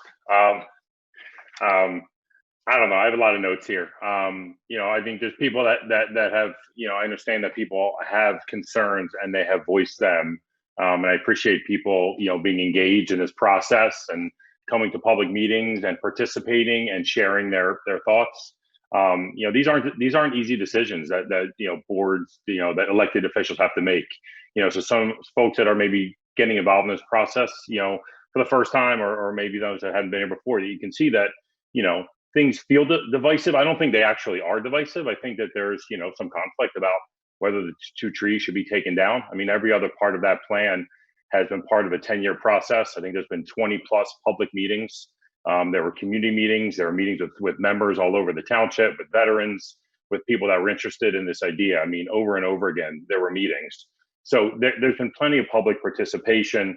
And I think, I would focus the issue at this point is really the two Dawn Redwoods. I think it's important that people have noted that they're not native trees, that perhaps there could be better trees put there. But I also think it's important to note that when we talk about how important, environmental issues are for us these days, that we are going to be adding 25 trees. And I can only assume the caliber of those 25 trees would be more than the 2 that are coming down or the 4 that are coming down. I mean, I don't need to do the math in the back of the napkin, but I would assume that it's greater than that or really close to it. So the idea that we're going to add 18 to 20-foot trees in their place, we know that they grow really well in that area. I think from an environmental standpoint, I understand people being upset. I understand that it's an easy headline for people to see and grab onto, that we're chopping down trees, but there's going to be so many planted instead, and purposefully planted with intention and thought, that is going to add a lot of value to Miles Park. I don't believe there are any safety concerns whatsoever. I mean, I'm the Little League president. I spend more time at Miles Park than anybody on this call, unless Parks and Rec is here or Public Works. I'm there with my kids and my kids' friends, and this will add a value for those kids. First of all, it'll be way safer. The kids right now run down that hill like practically into the intersection. They will either go through the monument much slower, or they'll go around the monument using sidewalks. There'll be more space for them. So we'll absolutely be much safer. And I think what a wonderful opportunity for every one of those kids. I mean, we serve 450 to 500 Little League kids every year. And to think that so many of them will have the opportunity to walk through and learn about history and service is really a really powerful moment for them. And I'm not worried. I don't know how the veterans feel. I'm okay with a kid grabbing a shorty from Wawa and walking over there and sitting on a bench and eating it, and looking up at the wall and reading names and thinking about it, or hooking his phone up to the QR code. I mean, obviously, I hope he cleans up after himself, and hopefully we're teaching our kids to be safe and take care of the land around them. But what a wonderful opportunity for the kids to learn there and have it be so close to the park. I'm not worried about kids wandering off a playground. There's a fence there, there's a trail there. I think parents are responsible enough in our community to keep their eye on their youngest kids. So I think that's the gist of what I wanted to really talk about. I do want to focus on the fact that this has been a plan that has been a long time coming, with a lot of meetings and a lot of input from people. And I understand that there's some folks that are frustrated with that feel like here they are, maybe over the past 6 months, and the plan has now changed. I understand the frustration with that. But at the end, I think as a supervisor, I try to think about what's the best decision for the township as a whole. And I think adding this monument is a wonderful addition. I think that it's careful, and I understand there's issues that people don't like, but there's been modifications made as well. So I want to thank the committee for putting it together. I know there's a lot of talk about a survey. Just to briefly spitball the issues with that. I mean, what percentage of the survey is needed for it to pass or not pass? Is it just 50%? How many members of the township need to vote on it? How many? If there's a referendum on whether to take down 2 trees, because that's really the issue. What other issues are we sending referendums to the whole township? So a survey, and we can see the survey that went around online. It just doesn't accomplish what needs to be done. I mean, the purpose of a survey is community engagement. That's why we saw it with the Miracle Trail that just went up. I mean, that is like the first step of the process. So they sent out a survey of that. In this situation, there was meetings, there was public input, there was this group reached out to so many members of the community to talk about this and to plan it. And so at this point, a survey is not needed to decide whether or not to move forward. At this point, this is a decision that the board has approved them building this monument. So I just felt like it was important to kind of go over some of those issues that people raised. I understand that people may not be happy with it, but I think it's going to be a wonderful addition to the corner there and to Miles Park. Thank you. Thank you, Michael. You were just about at your 5 minutes, so you got it pretty close. I was waiting for you to cut me off. I was close. Are there other board comments? I'd just like to say, Michael, I think you hit it on the head. There are, over the years, there's been multiple public opinion, and that public opinion has been all over the board. It has not leaned one way or the other. It's frankly almost evenly split on the issues that we've been talking about. Some of the changes that were made, the monument was made smaller to accommodate its location. The maintenance, I think someone brought up the maintenance issue. The foundation is assuming responsibility for the maintenance of the structure. The township assumes responsibility only for the maintenance of the trees. I am intrigued, however, by suggestions by several people to replace the dawn redwoods with native species. And I think that's something that deserves to be looked at. I don't think we should blindly approve replacement with new dawn redwoods. I think it's a reasonable request and is consistent with our new comp plan update. So that's something that I would wholeheartedly support. Thanks, Vince. Anybody else? Yeah, Fran? well, I'll just say, I totally, Michael kind of hit everything on the head, and I agree with Vince. But really, when the veterans spoke, and I had an eye on this for the past 10 years, and I was kind of close to it, hearing what the veterans had to say and what it means to them. That's what really takes me is, all they're fighting for our freedoms. And every time I think when I pass by Miles Park and look at that corner, I'll remember what sacrifices they made. So we have the opportunity to have these spirited debates like we had here. And I think it's great for the community involvement. We do have some key learnings that come out of this. We need to do a better job. If people don't know about these things, we need to do a better job with the communications. That's for sure. I mean, if you weren't paying attention to it, you might have missed it. And that's what we heard that happened here. We need to do a better job with our communication. But overall, I think it's going to make the corner look a lot better. I think it's going to be safer. I think that the committee has answered a lot of the questions, if not all the questions. The decorations, as far as the menorah and the nativity scene, we'll figure that out, it sounds like. But I think the corner is going to look a lot better. I think this is going to be a really spectacular site on the corner of Germantown and Joshua. So I think it's something that, as a community, we can be really proud of it one day. And I hate to hear the word division. We have enough of that going on. I look at this as something that's actually going to be a unifier as we move into the future with it. So anyway, thanks to the veterans for your service. Thanks for the people who volunteered. Being a volunteer in this community for a long time, I know what it takes to use your own time to do things like this, and for worthwhile causes. I know everyone here is for making the township better. So thank you for your time. That's all. Thank you, Fran. JC? As a teacher, I am really excited about the educational opportunity for this monument besides honoring the veterans. I think it's fantastic, and I think this kind of history is extremely important for future generations, not only to understand maybe family members that I'm sure many of us have family members that were in one or another conflict. My father was in the Korean conflict. It speaks to all of us, because if we don't have someone in our family, we certainly know someone that was a part of something. I do agree with Michael, and I also agree with Vince. And I think that they both spoke really well about everything. I would also agree with Vince that I would be open to exploring a native species as opposed to the Dawn redwoods if that works. That would be great. Thank you. And thank you to the veterans and everyone involved. Thank you, JC. Just in close, to summarize, we've had a lot of great conversation here, and I just want to thank everybody for I think there was just only one positive kind of concern I had in the comments in how we were talking to each other, but I really appreciate how everybody has treated each other tonight and the comments and how the conversation has gone.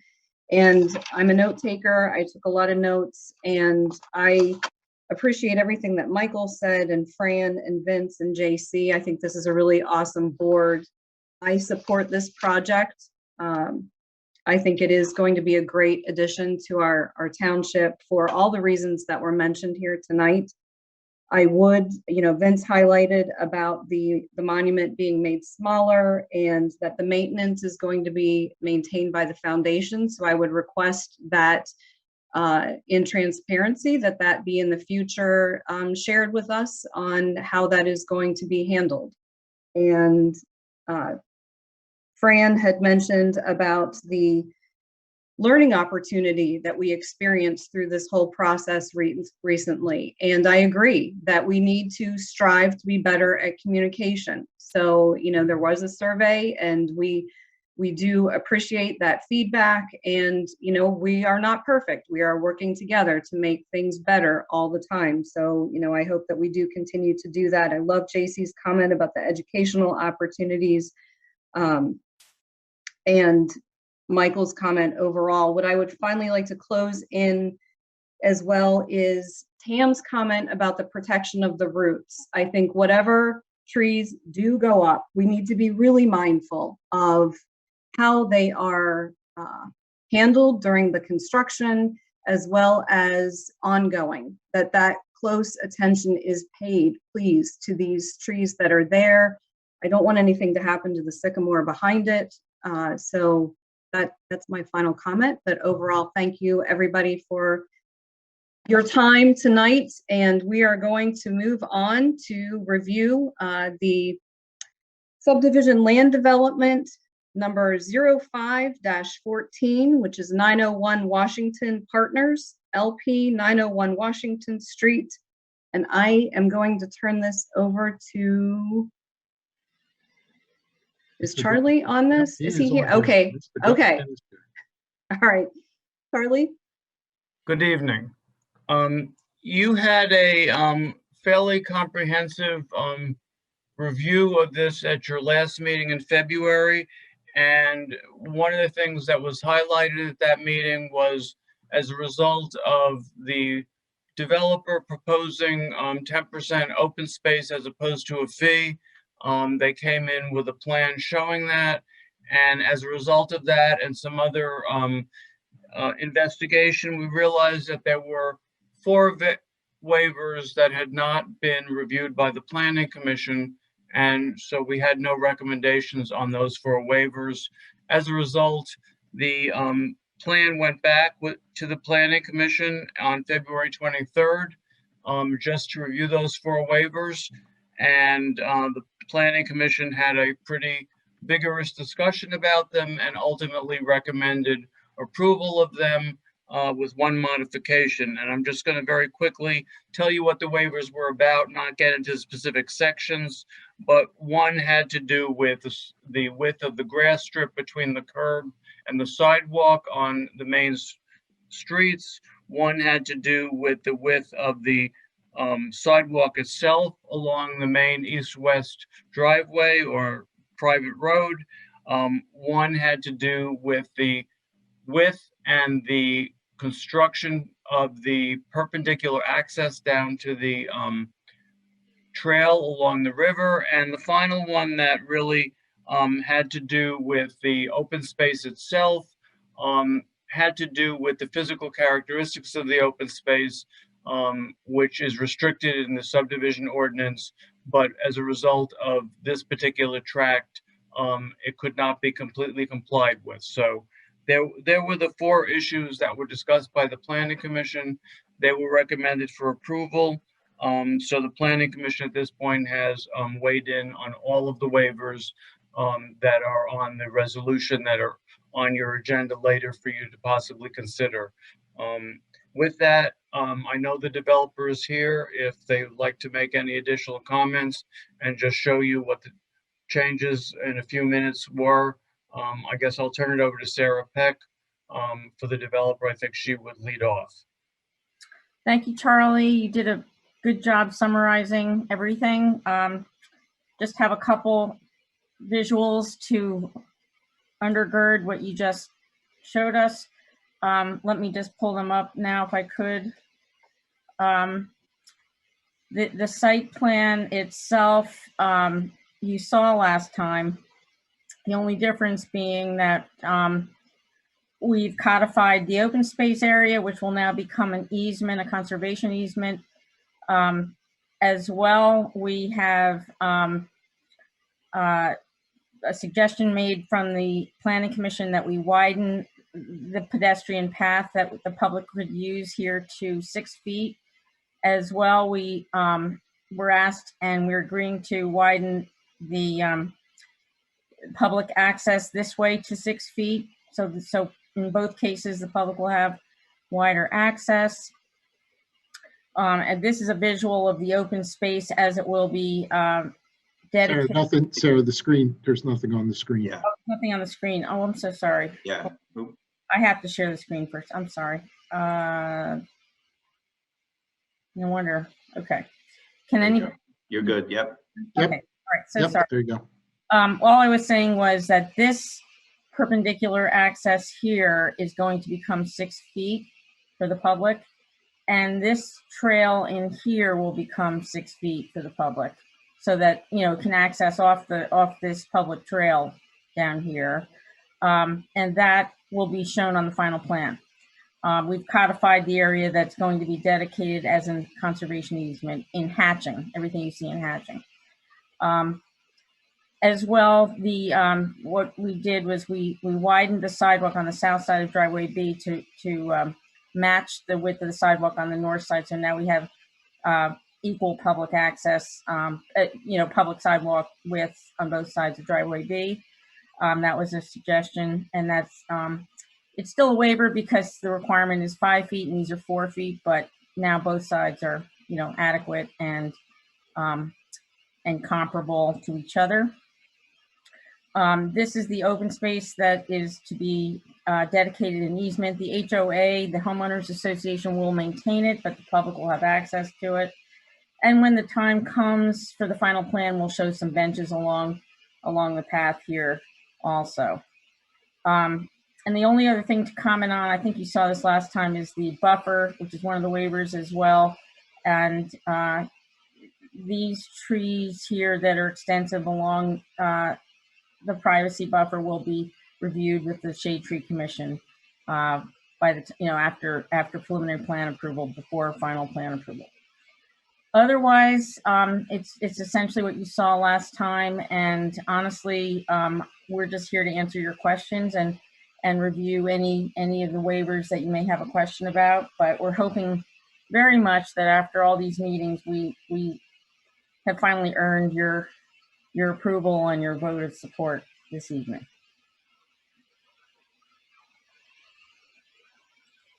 Thank you, Sarah. Were there any other people to present on your side tonight? Not really. We have a lot of folks here standing by to answer questions if there are any, but we know the time is precious and short tonight, so we weren't going to repeat what we showed last time unless there's questions. Got it. Do we have any board comments or questions?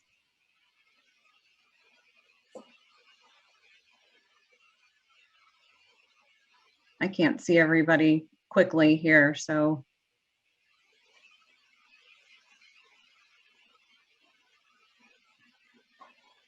Okay. Yeah, Nestor, I would recommend if since we still have a lot of people on, if they could just put in the chat they'd like to make a comment, and I'm sure we can accommodate that. Excellent. Okay, so yeah, I would like to open it up to public comment at this time, and I see Nick Gabrielle who has a comment. Perfect. Thank you so much. I appreciate it. Yeah, I just had I guess a few questions. It looks like you did some extensive work in regards to green space.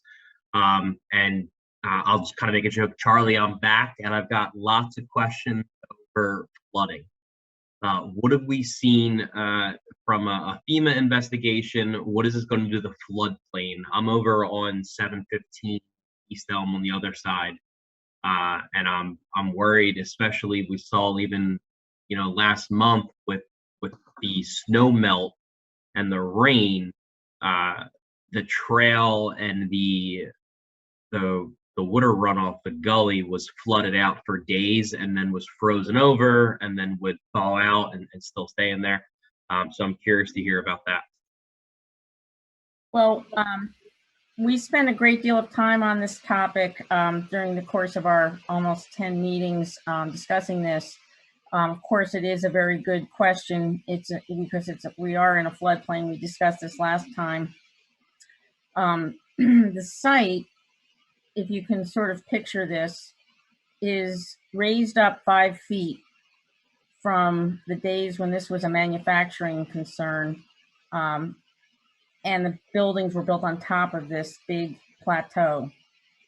And that same elevation has been approved by FEMA to remain, is going to, even though it's technically within the 100-year floodplain, it very rarely gets water. The entire watershed is this whole area, as you point out. So it's not like it's concentrated in this location. As a result, almost never has it gone above the slab. The waters, even during Isaias, the slab was dry, believe it or not. And we can get into the details of that if you want, but we did, show hydraulic studies and so forth to show the elevation of these buildings in relation to the floodplain and the likely rise in floodwaters. In addition, we're building the buildings with mechanisms to alleviate any hydrostatic pressure if in the unlikely event the water got that high. The whole first floor is masonry. Okay, this is actually garages. You can see it behind here. The first floor is garages. made out of masonry. And within each of the walls, there are these openings that allow floodwaters to flow all the way through the building in the unlikely event the waters got as high as that. And there's no living space to get compromised. So FEMA has given approval for this concept, and the people who are living here will be able to get reasonably priced flood insurance because the buildings are designed to FEMA standards. Okay. Yeah. So. Yeah, I mean, I think that's fantastic. I'll be honest, I particularly don't care so much about their flood insurance. I care about mine on the other side of the river and what the building in this area is going to do to the floodplain to increase my flood risk and my insurance. It's a totally understandable concern. And I can tell you it's going to have zero impact because it's not changing the elevation of what's been here for 100 years. Mm-hmm. This plateau is staying. That same 5-foot elevation is staying. It's hard for you to see it from this plan, but we can show it to you in other plans. Okay. Thank you, Nick. Thank you. There is a question from iPhone. How close is this to the river, and has this area ever flooded? Sarah spoke to that, so I don't know if this individual would like to. Was that enough? Would you like to ask more?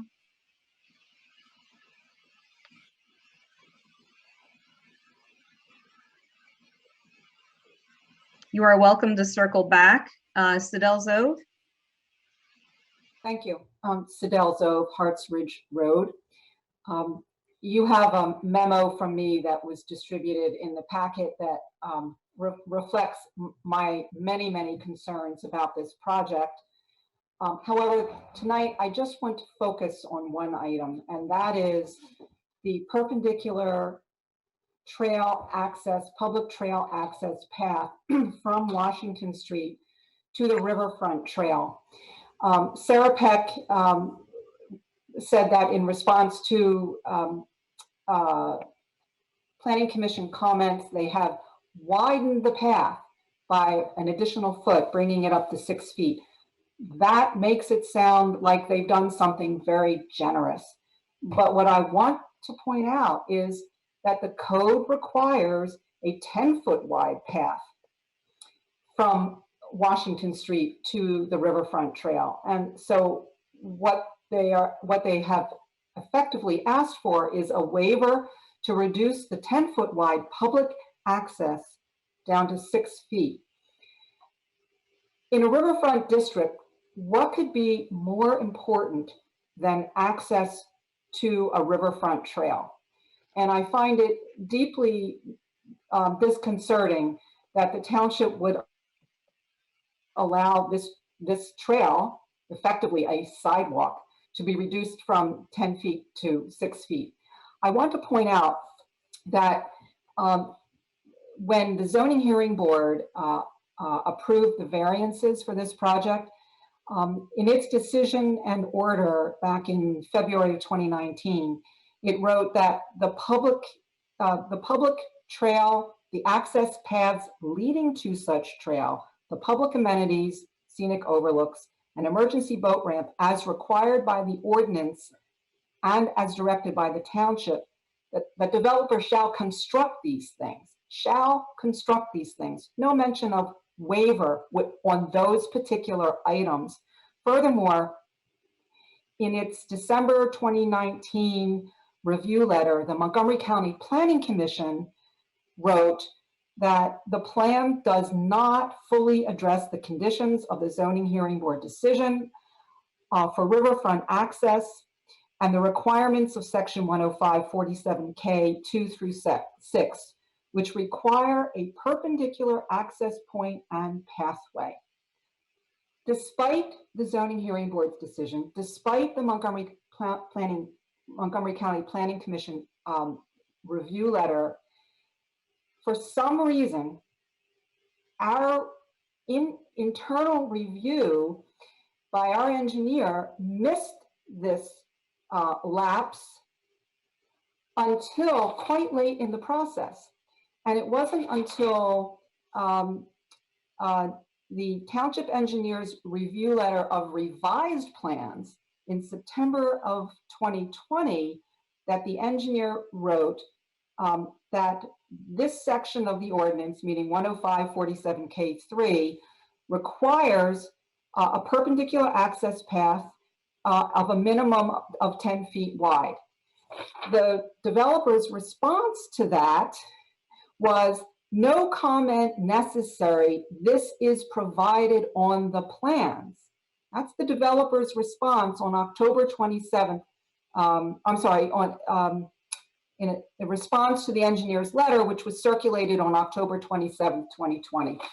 So now we hear from Sarah Peck that they're being so generous that they are increasing the size of their concrete sidewalk from 5 feet to 6 feet, when in fact, this plan has been flawed from the start with regard to the 10-foot wide perpendicular public trail access. I'm not sure how this flaw was missed. Certainly, it's clear from the Zoning Hearing Board's decision that compliance with certain aspects of the ordinance was compulsory and that there wasn't wiggle room for waivers. Certainly, the Montgomery County Planning Commission picked up on this early on, yet our own township review somehow missed it until the 11th hour. And then as a consequence, what we have is a public access trail that is way under dimensioned here. And I find this a really significant flaw. And I think it's indicative, this is a broader comment, it's indicative of shortcomings in the way we approach our instructions to developers. When developers walk in the door, we need to say to them, here are the ordinance, here's the code, design something in compliance, start with compliance. Instead, developers waltz in with plans already drawn, which have the need for waivers baked in from the start. And that's not how we should be approaching planning in this township. I appreciate the opportunity to speak. Thank you. Thank you, Sidel. Are there any other comments?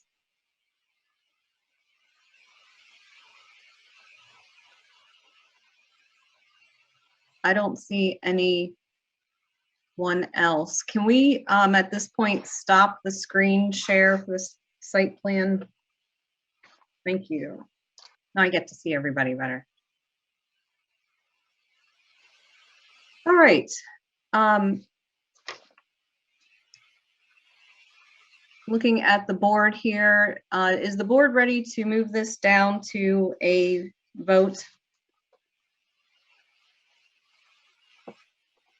I think so.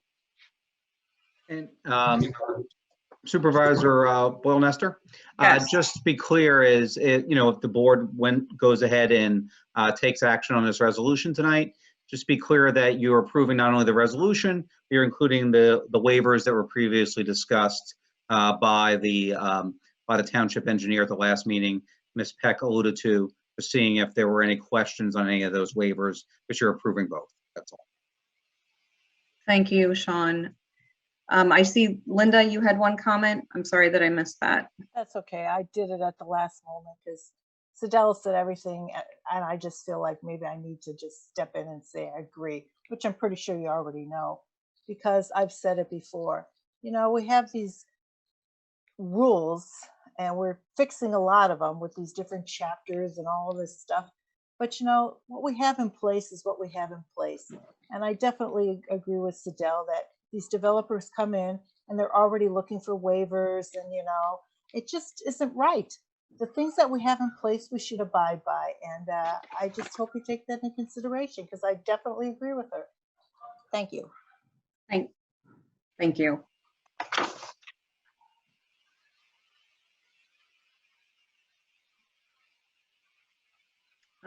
And John Pedicino.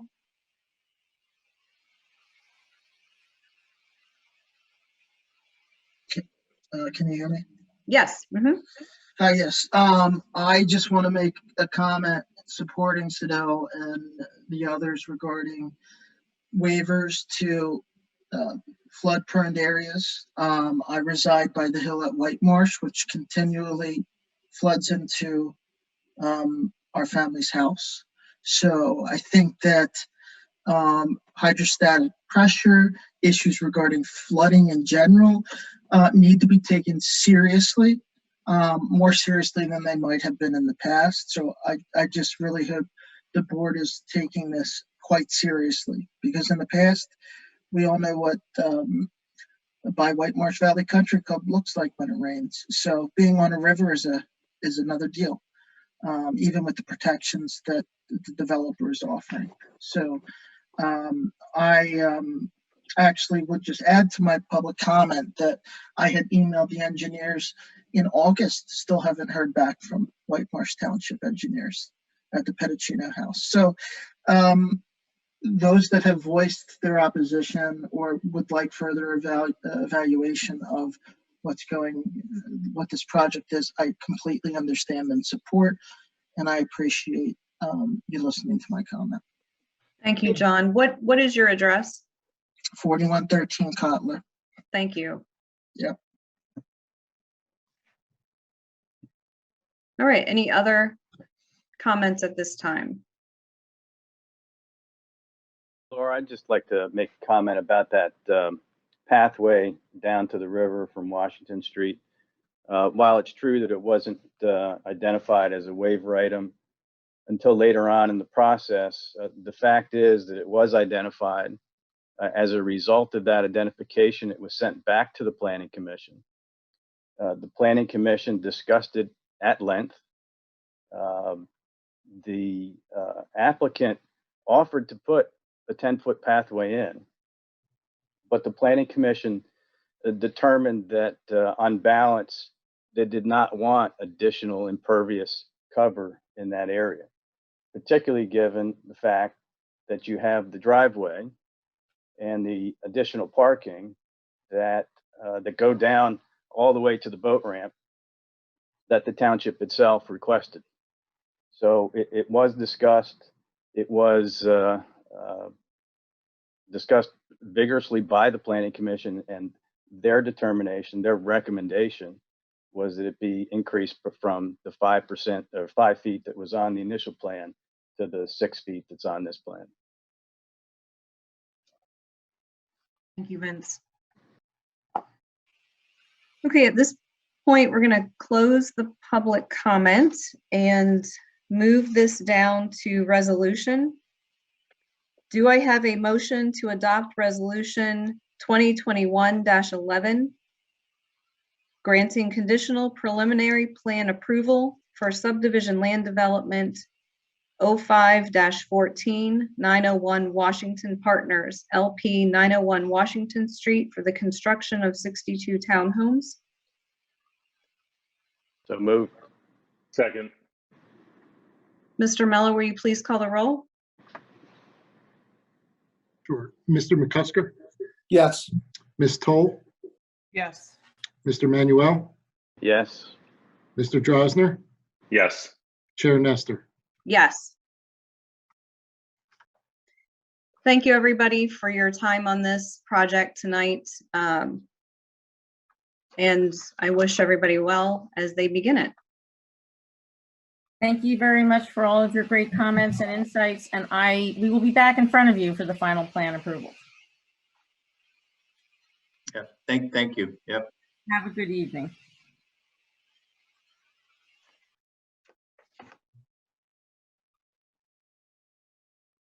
Just give a moment for everybody to sign off that doesn't want to stay on this.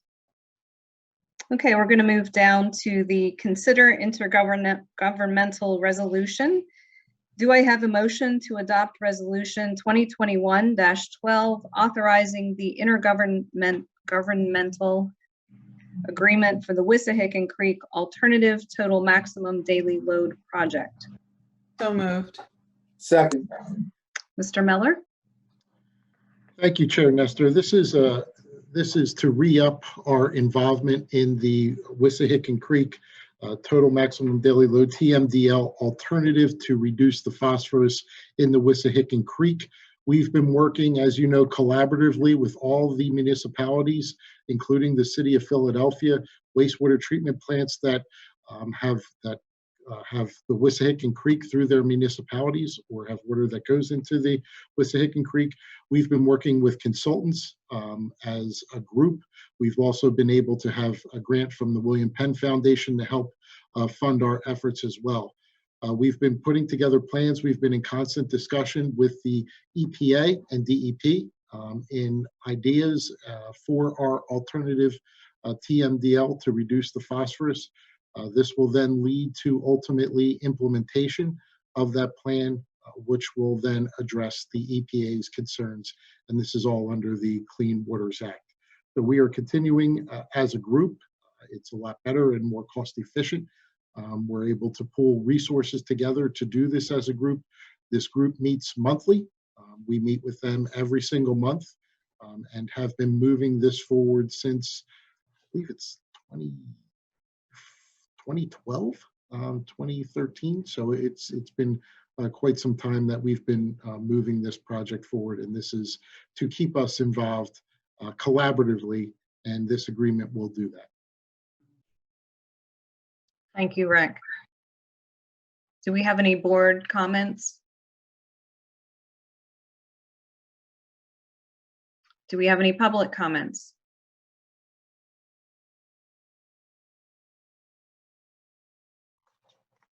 Seeing none, Mr. Miller, will you please call the roll? Mr. McCusker? Yes. Ms. Toll? Yes. Mr. Manuel? Yes. Mr. Drosner? Yes. Chair Nestor?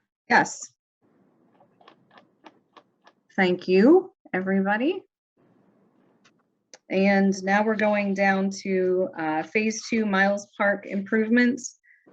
Do I have a motion to adopt Resolution 2021-13 authorizing the submission of a Department of Conservation and Natural Resources grant for Phase 2 Miles Park improvements? So moved. Mr. Miller. Thank you, Chair Nestor. Yes, this is an exciting extension to the project that started several years ago and was completed in the fall of 2020 at Miles Park with the addition of new ball fields, ADA accessibility, stormwater improvements, and this will actually be an extension of that. We have talked with DCNR. They were very complimentary of the first phase of the project. We ran by them the potential for a second phase. They were very excited about that potential to see that through. The second phase improvements would include upgrading the ADA accessibility to the playground area, stormwater improvements, and site amenities. Those site amenities would include the installation at the playground of ADA and sensory playground structures. It would be a full rehabilitation of the Miles Park basketball courts, replacement of the pavilion roof, adding more ADA picnic tables, and the planting of additional shade trees. This is included in the 3-year capital improvement plan at the amount of $255,000. The grant is due on the 14th. It is a 50-50 match grant, so it would not exceed this, and the resolution is needed as part of the grant application. The grant application is being worked on by our Department of Parks and Recreation with the guidance and oversight of our engineering firm, Krista and Gilmore Associates. Excellent, thank you. Do we have any board comments? Do we have any public comments? Michael, I'm surprised. No comments? This is exciting. It is exciting. I mean, there's not much to say about it. It's obviously a great plan. The first phase is wonderful.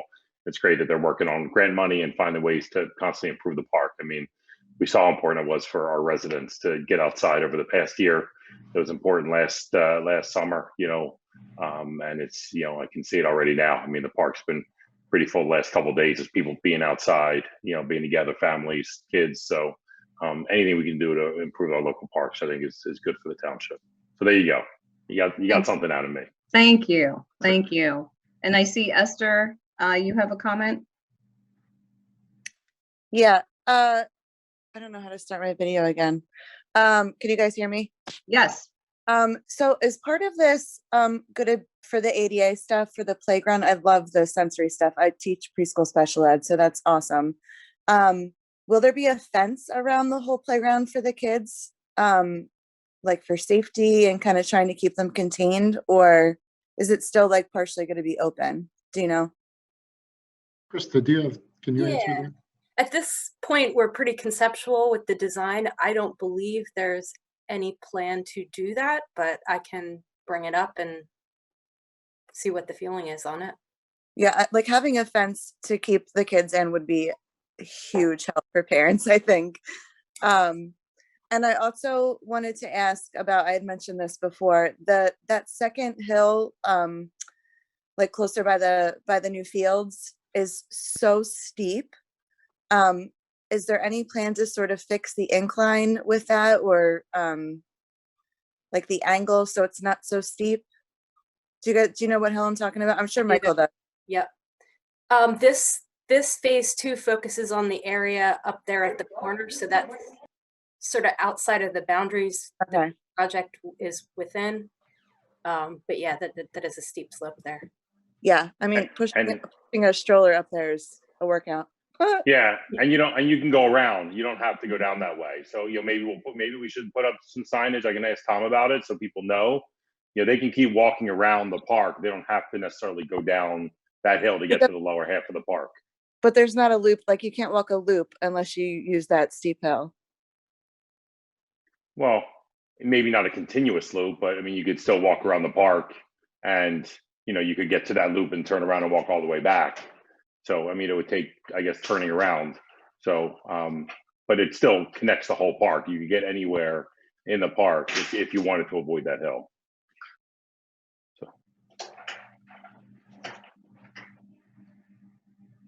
Thank you, Esther. I appreciate your comments. I think it's something that, Krista has heard, if there is anything regarding the fencing that can be done that we can look into, and signage related to, safe navigation around there. John, you had a comment? Yeah, I just wanted to say, I think this is a really awesome way to go about understanding what the taxpayer wants in the community member. And I also wanted to add, accessibility is definitely something that I think has been taken seriously regarding this project, with the idea of utilizing a survey. I'm not one to, I might detract from earlier comments on survey usage. I think it's a great means of actually understanding public opinion. And Michael, that might go to what you said, but I wasn't really around 10 years ago, regarding actual projects that have engaged me in public discourse. And signage, I think ADA accessibility and signage should be something, and access, including fencing. I think those were great points. So I just wanted to further those pieces. Thank you. Thanks, John.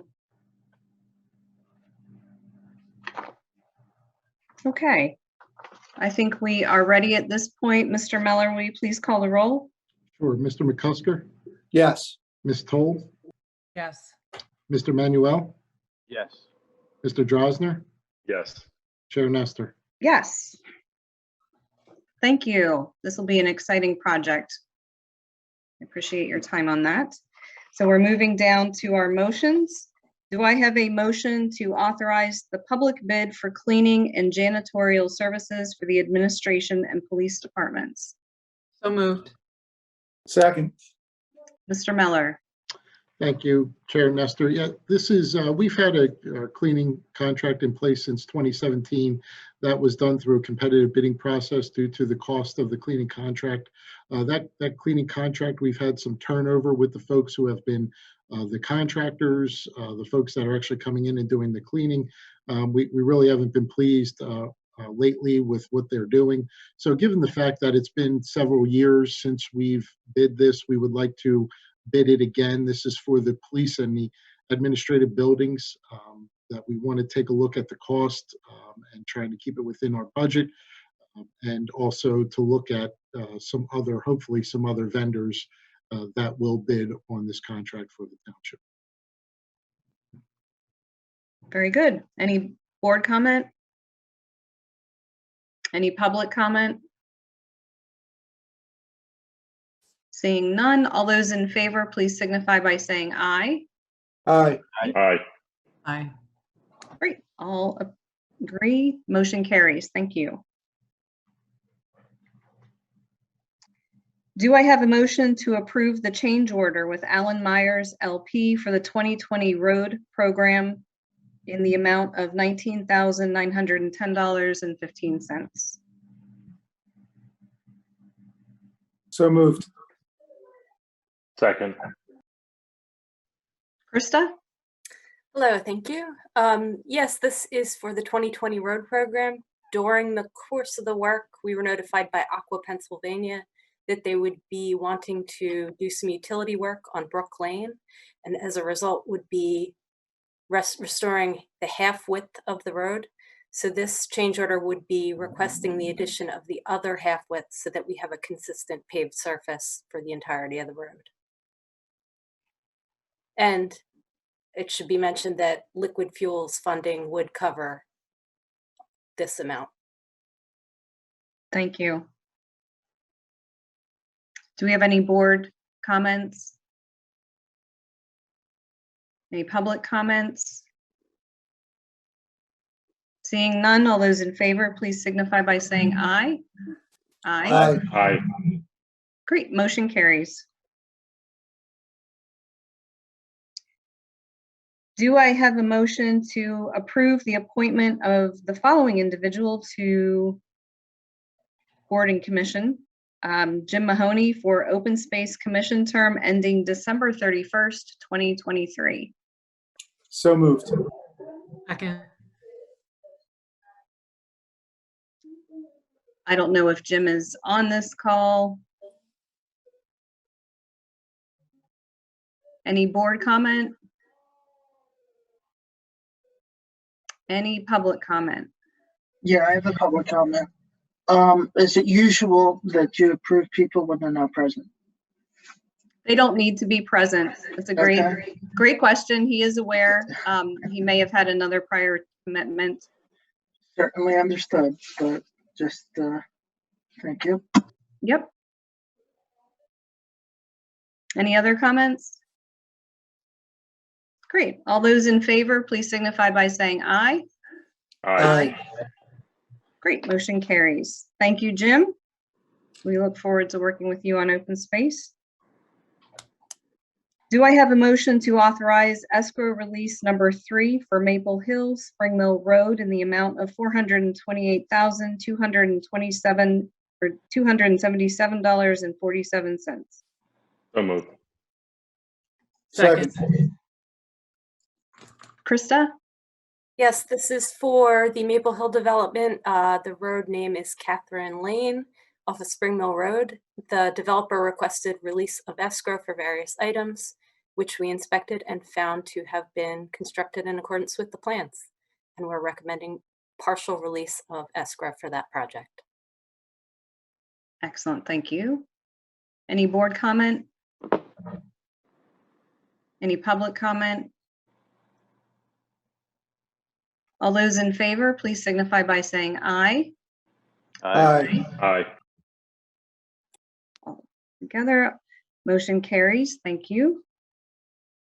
Do I have a motion to approve expenditures totaling $1,666,958.29 and payroll totaling $697,645.35, and pension paid costs totaling $13,827.38 for February 2021.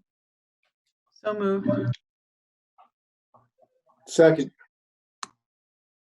Any board comment? Any public comment? All those in favor, please signify by saying aye. Aye. Aye. Great, motion carries. Thank you. Do I have a motion to amend the agenda? So moved. Second. All those in favor, please signify by saying aye. Aye. Aye. Aye. Great, motion carries. We have a couple things that were on the amended agenda that did go out. I think, Rick, did that go out earlier today? Yesterday. Yesterday? Okay, but we do also have two more additions that came in later this afternoon, so bear with us here. Do I have a motion to allocate 1,600,000? I'm sorry, let me start over. Whoa. Baron Hill just got excited. We'll start that over.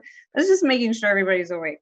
Do I have a motion to allocate $1,695.63 in donations received from the Spring Shredding Day to Baron Hill Volunteer Fire Company for volunteering their services and coordinating activities on the day of the event? So moved. Second. I don't know if anyone's here from the fire department, or Rick, would you like to speak to this? I'll talk to this if I could. So obviously we did not have the fall shredding day event. So we really saw a lot of folks certainly had their shredding ready to go. Over 450 vehicles. Baron Hill Volunteer Fire Company was the volunteer emergency service group that partnered with the Parks and Recreation for that day.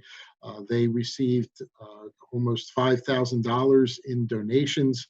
I want to thank one of our sponsors, Treasure Signs, one of our employees, Sandy Singrella, and her husband, Jim, as well as the Baron Hill volunteer firefighters who came out that day to help with a very robust, filled all the trucks with the shredding materials, and was a very successful event, as they have seemed to be every year. Folks look towards the shredding day events in the fall, and this one here in the spring. So glad we were able to do it.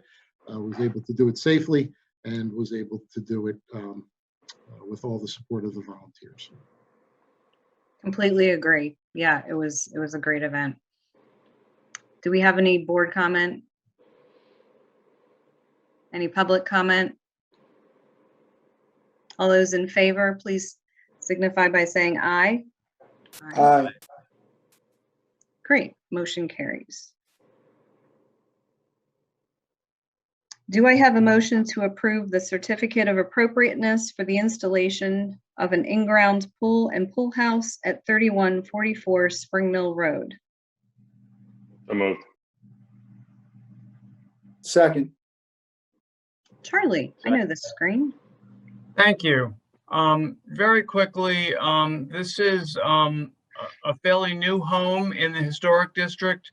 This is a little hard to make out, but this is the intersection right here of Butler Pike and Spring Mill Road. This is kind of the second lot down on Spring Mill Road from that intersection. This was a house that was built in 2018 in the historic district with the guidance and approval of HARB and of this board. They are now proposing a swimming pool in the rear of the property. The house is up here, the swimming pool and a small prefabricated pool house is proposed in the back. This was discussed originally informally by HARB at their February meeting, and they noted that they had no real issues with it, that it was consistent with the development of the property, and it was in the rear and would not be visible. At yesterday's HARB meeting on March 10th, this was brought formally to the board, and the board made a recommendation for approval of the swimming pool that you see here. And this is a rendition of what the pool house will look like next to the pool. The only difference being it's going to be gray and white with a black shingle roof, and this is obviously of different color. But the hard felt that the colors and the materials were consistent with the main house, and they recommended a certificate of appropriateness be issued. Thank you, Charlie. Welcome. Any board comment?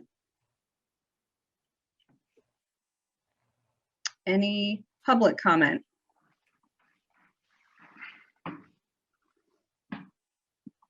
Seeing none, all those in favor, please signify by saying aye. Aye. Aye. Great, motion carries. Thank you. Thank you. Do I have a motion to authorize the solicitor's appearance at the zoning hearing board to represent the zoning officer in the zoning hearing board 2021-02 Pat Sparango Incorporated 318 Whitemarsh Valley Road, Fort Washington? So moved. Second. Mr. Kilkenny, did you want to speak to this? Sure, I'd be happy to comment briefly. This was put on the agenda after talking with the zoning officer. This is a continuation of several hearings. It's become a contentious issue as far as Mr. Guttenplan's interpretation of a timing issue, all related to COVID and such, and the application of approvals related to that. It's kind of very technical in nature. Unfortunately, the debate has become very spirited, and it is probably best that my office come and when Mr. Guttenplan is cross-examined, make sure he's recrossed in an adequate fashion so the township's opinion is properly expressed. Thank you. Any board comment? Any public comment? Seeing none, all those in favor signify by saying aye. Aye. Aye. Motion carries. Thank you, Sean, for attending to that and supporting Charlie. Do I have a motion to authorize the order and settlement stipulation between FTP Andorra Glen LP 555 Andorra Glen Court versus Monco Board of Assessment Appeals, resulting in the decrease in the assessment between 2019 to 2020, requiring a repayment of $4,267.49 in township real estate taxes? So moved.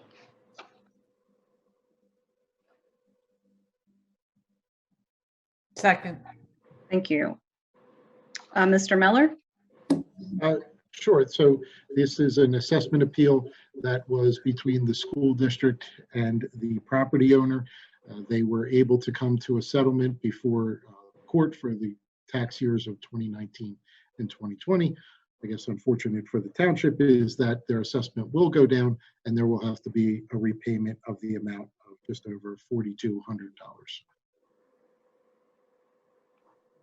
Thank you. Any board comment? Any public comment? All those in favor, please signify by saying aye. Aye. Aye. Aye. Great, motion carries.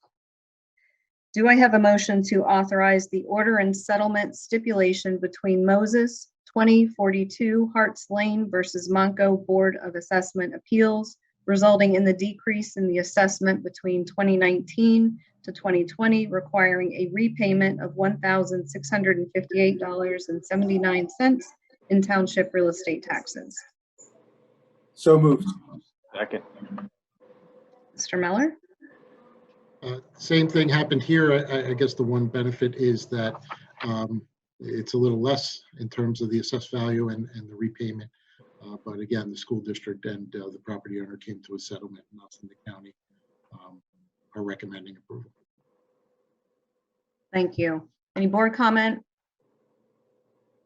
Any public comment? All those in favor, please signify by saying aye. Aye. Aye. Great, motion carries.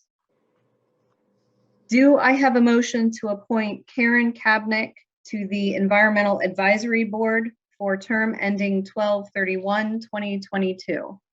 So moved. Second.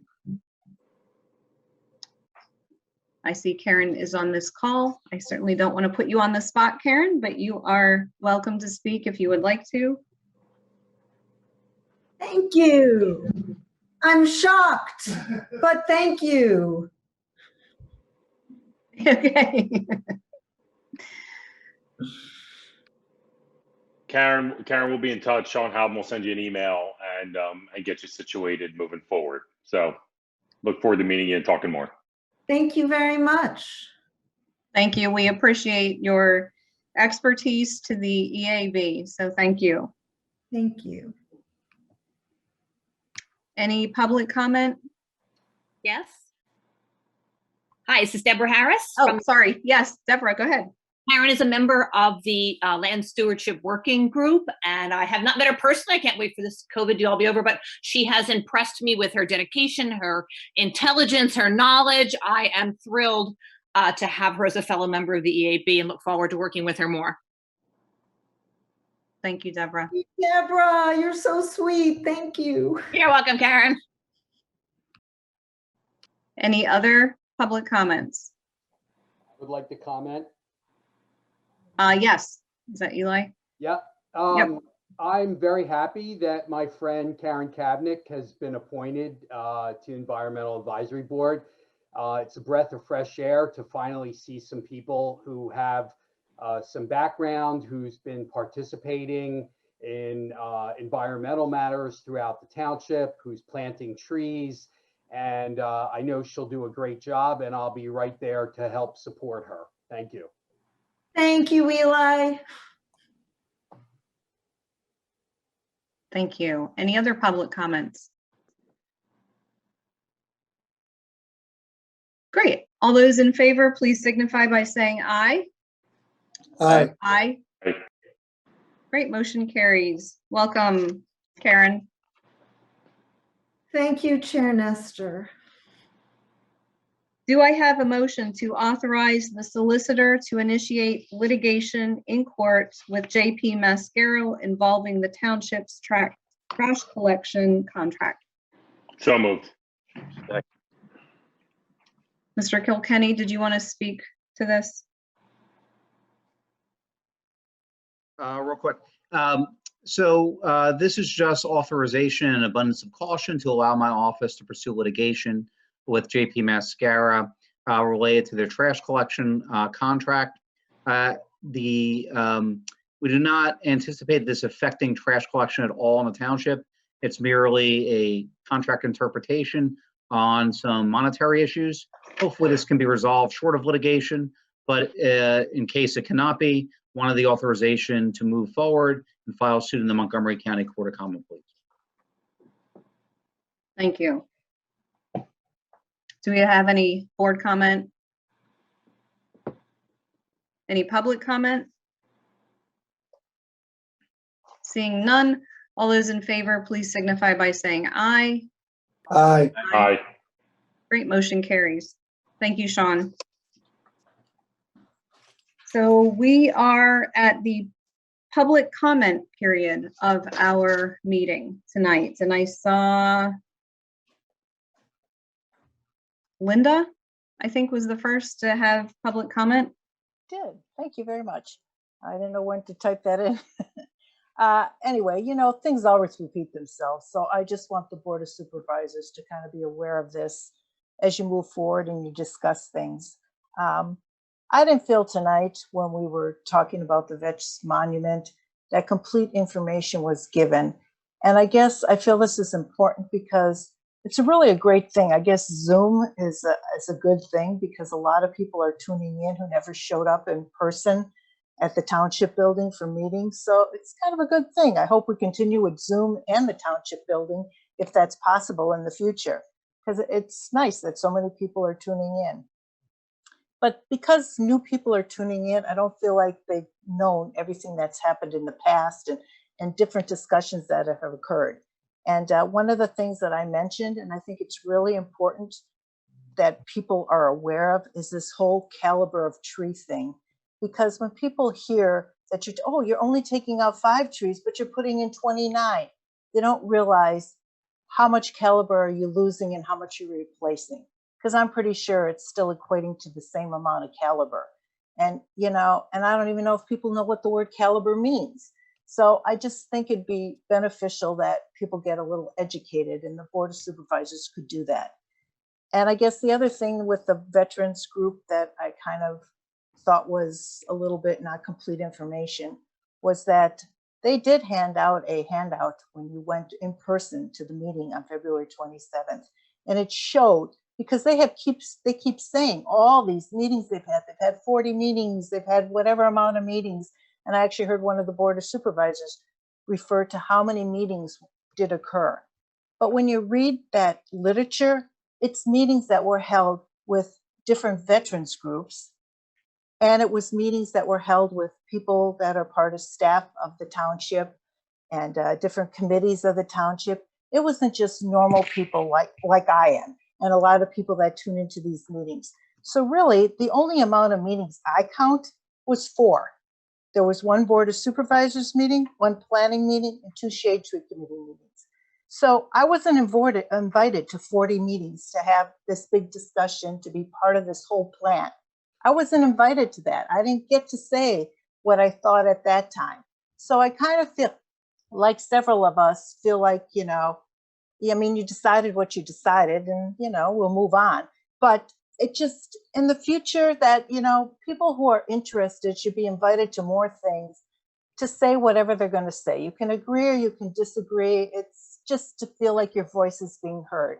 And when the veterans group and, the Board of Supervisors thinks that there was 40 meetings people were invited to, that is not true. It was a select group of people that were invited to meetings, and it wasn't just the general public.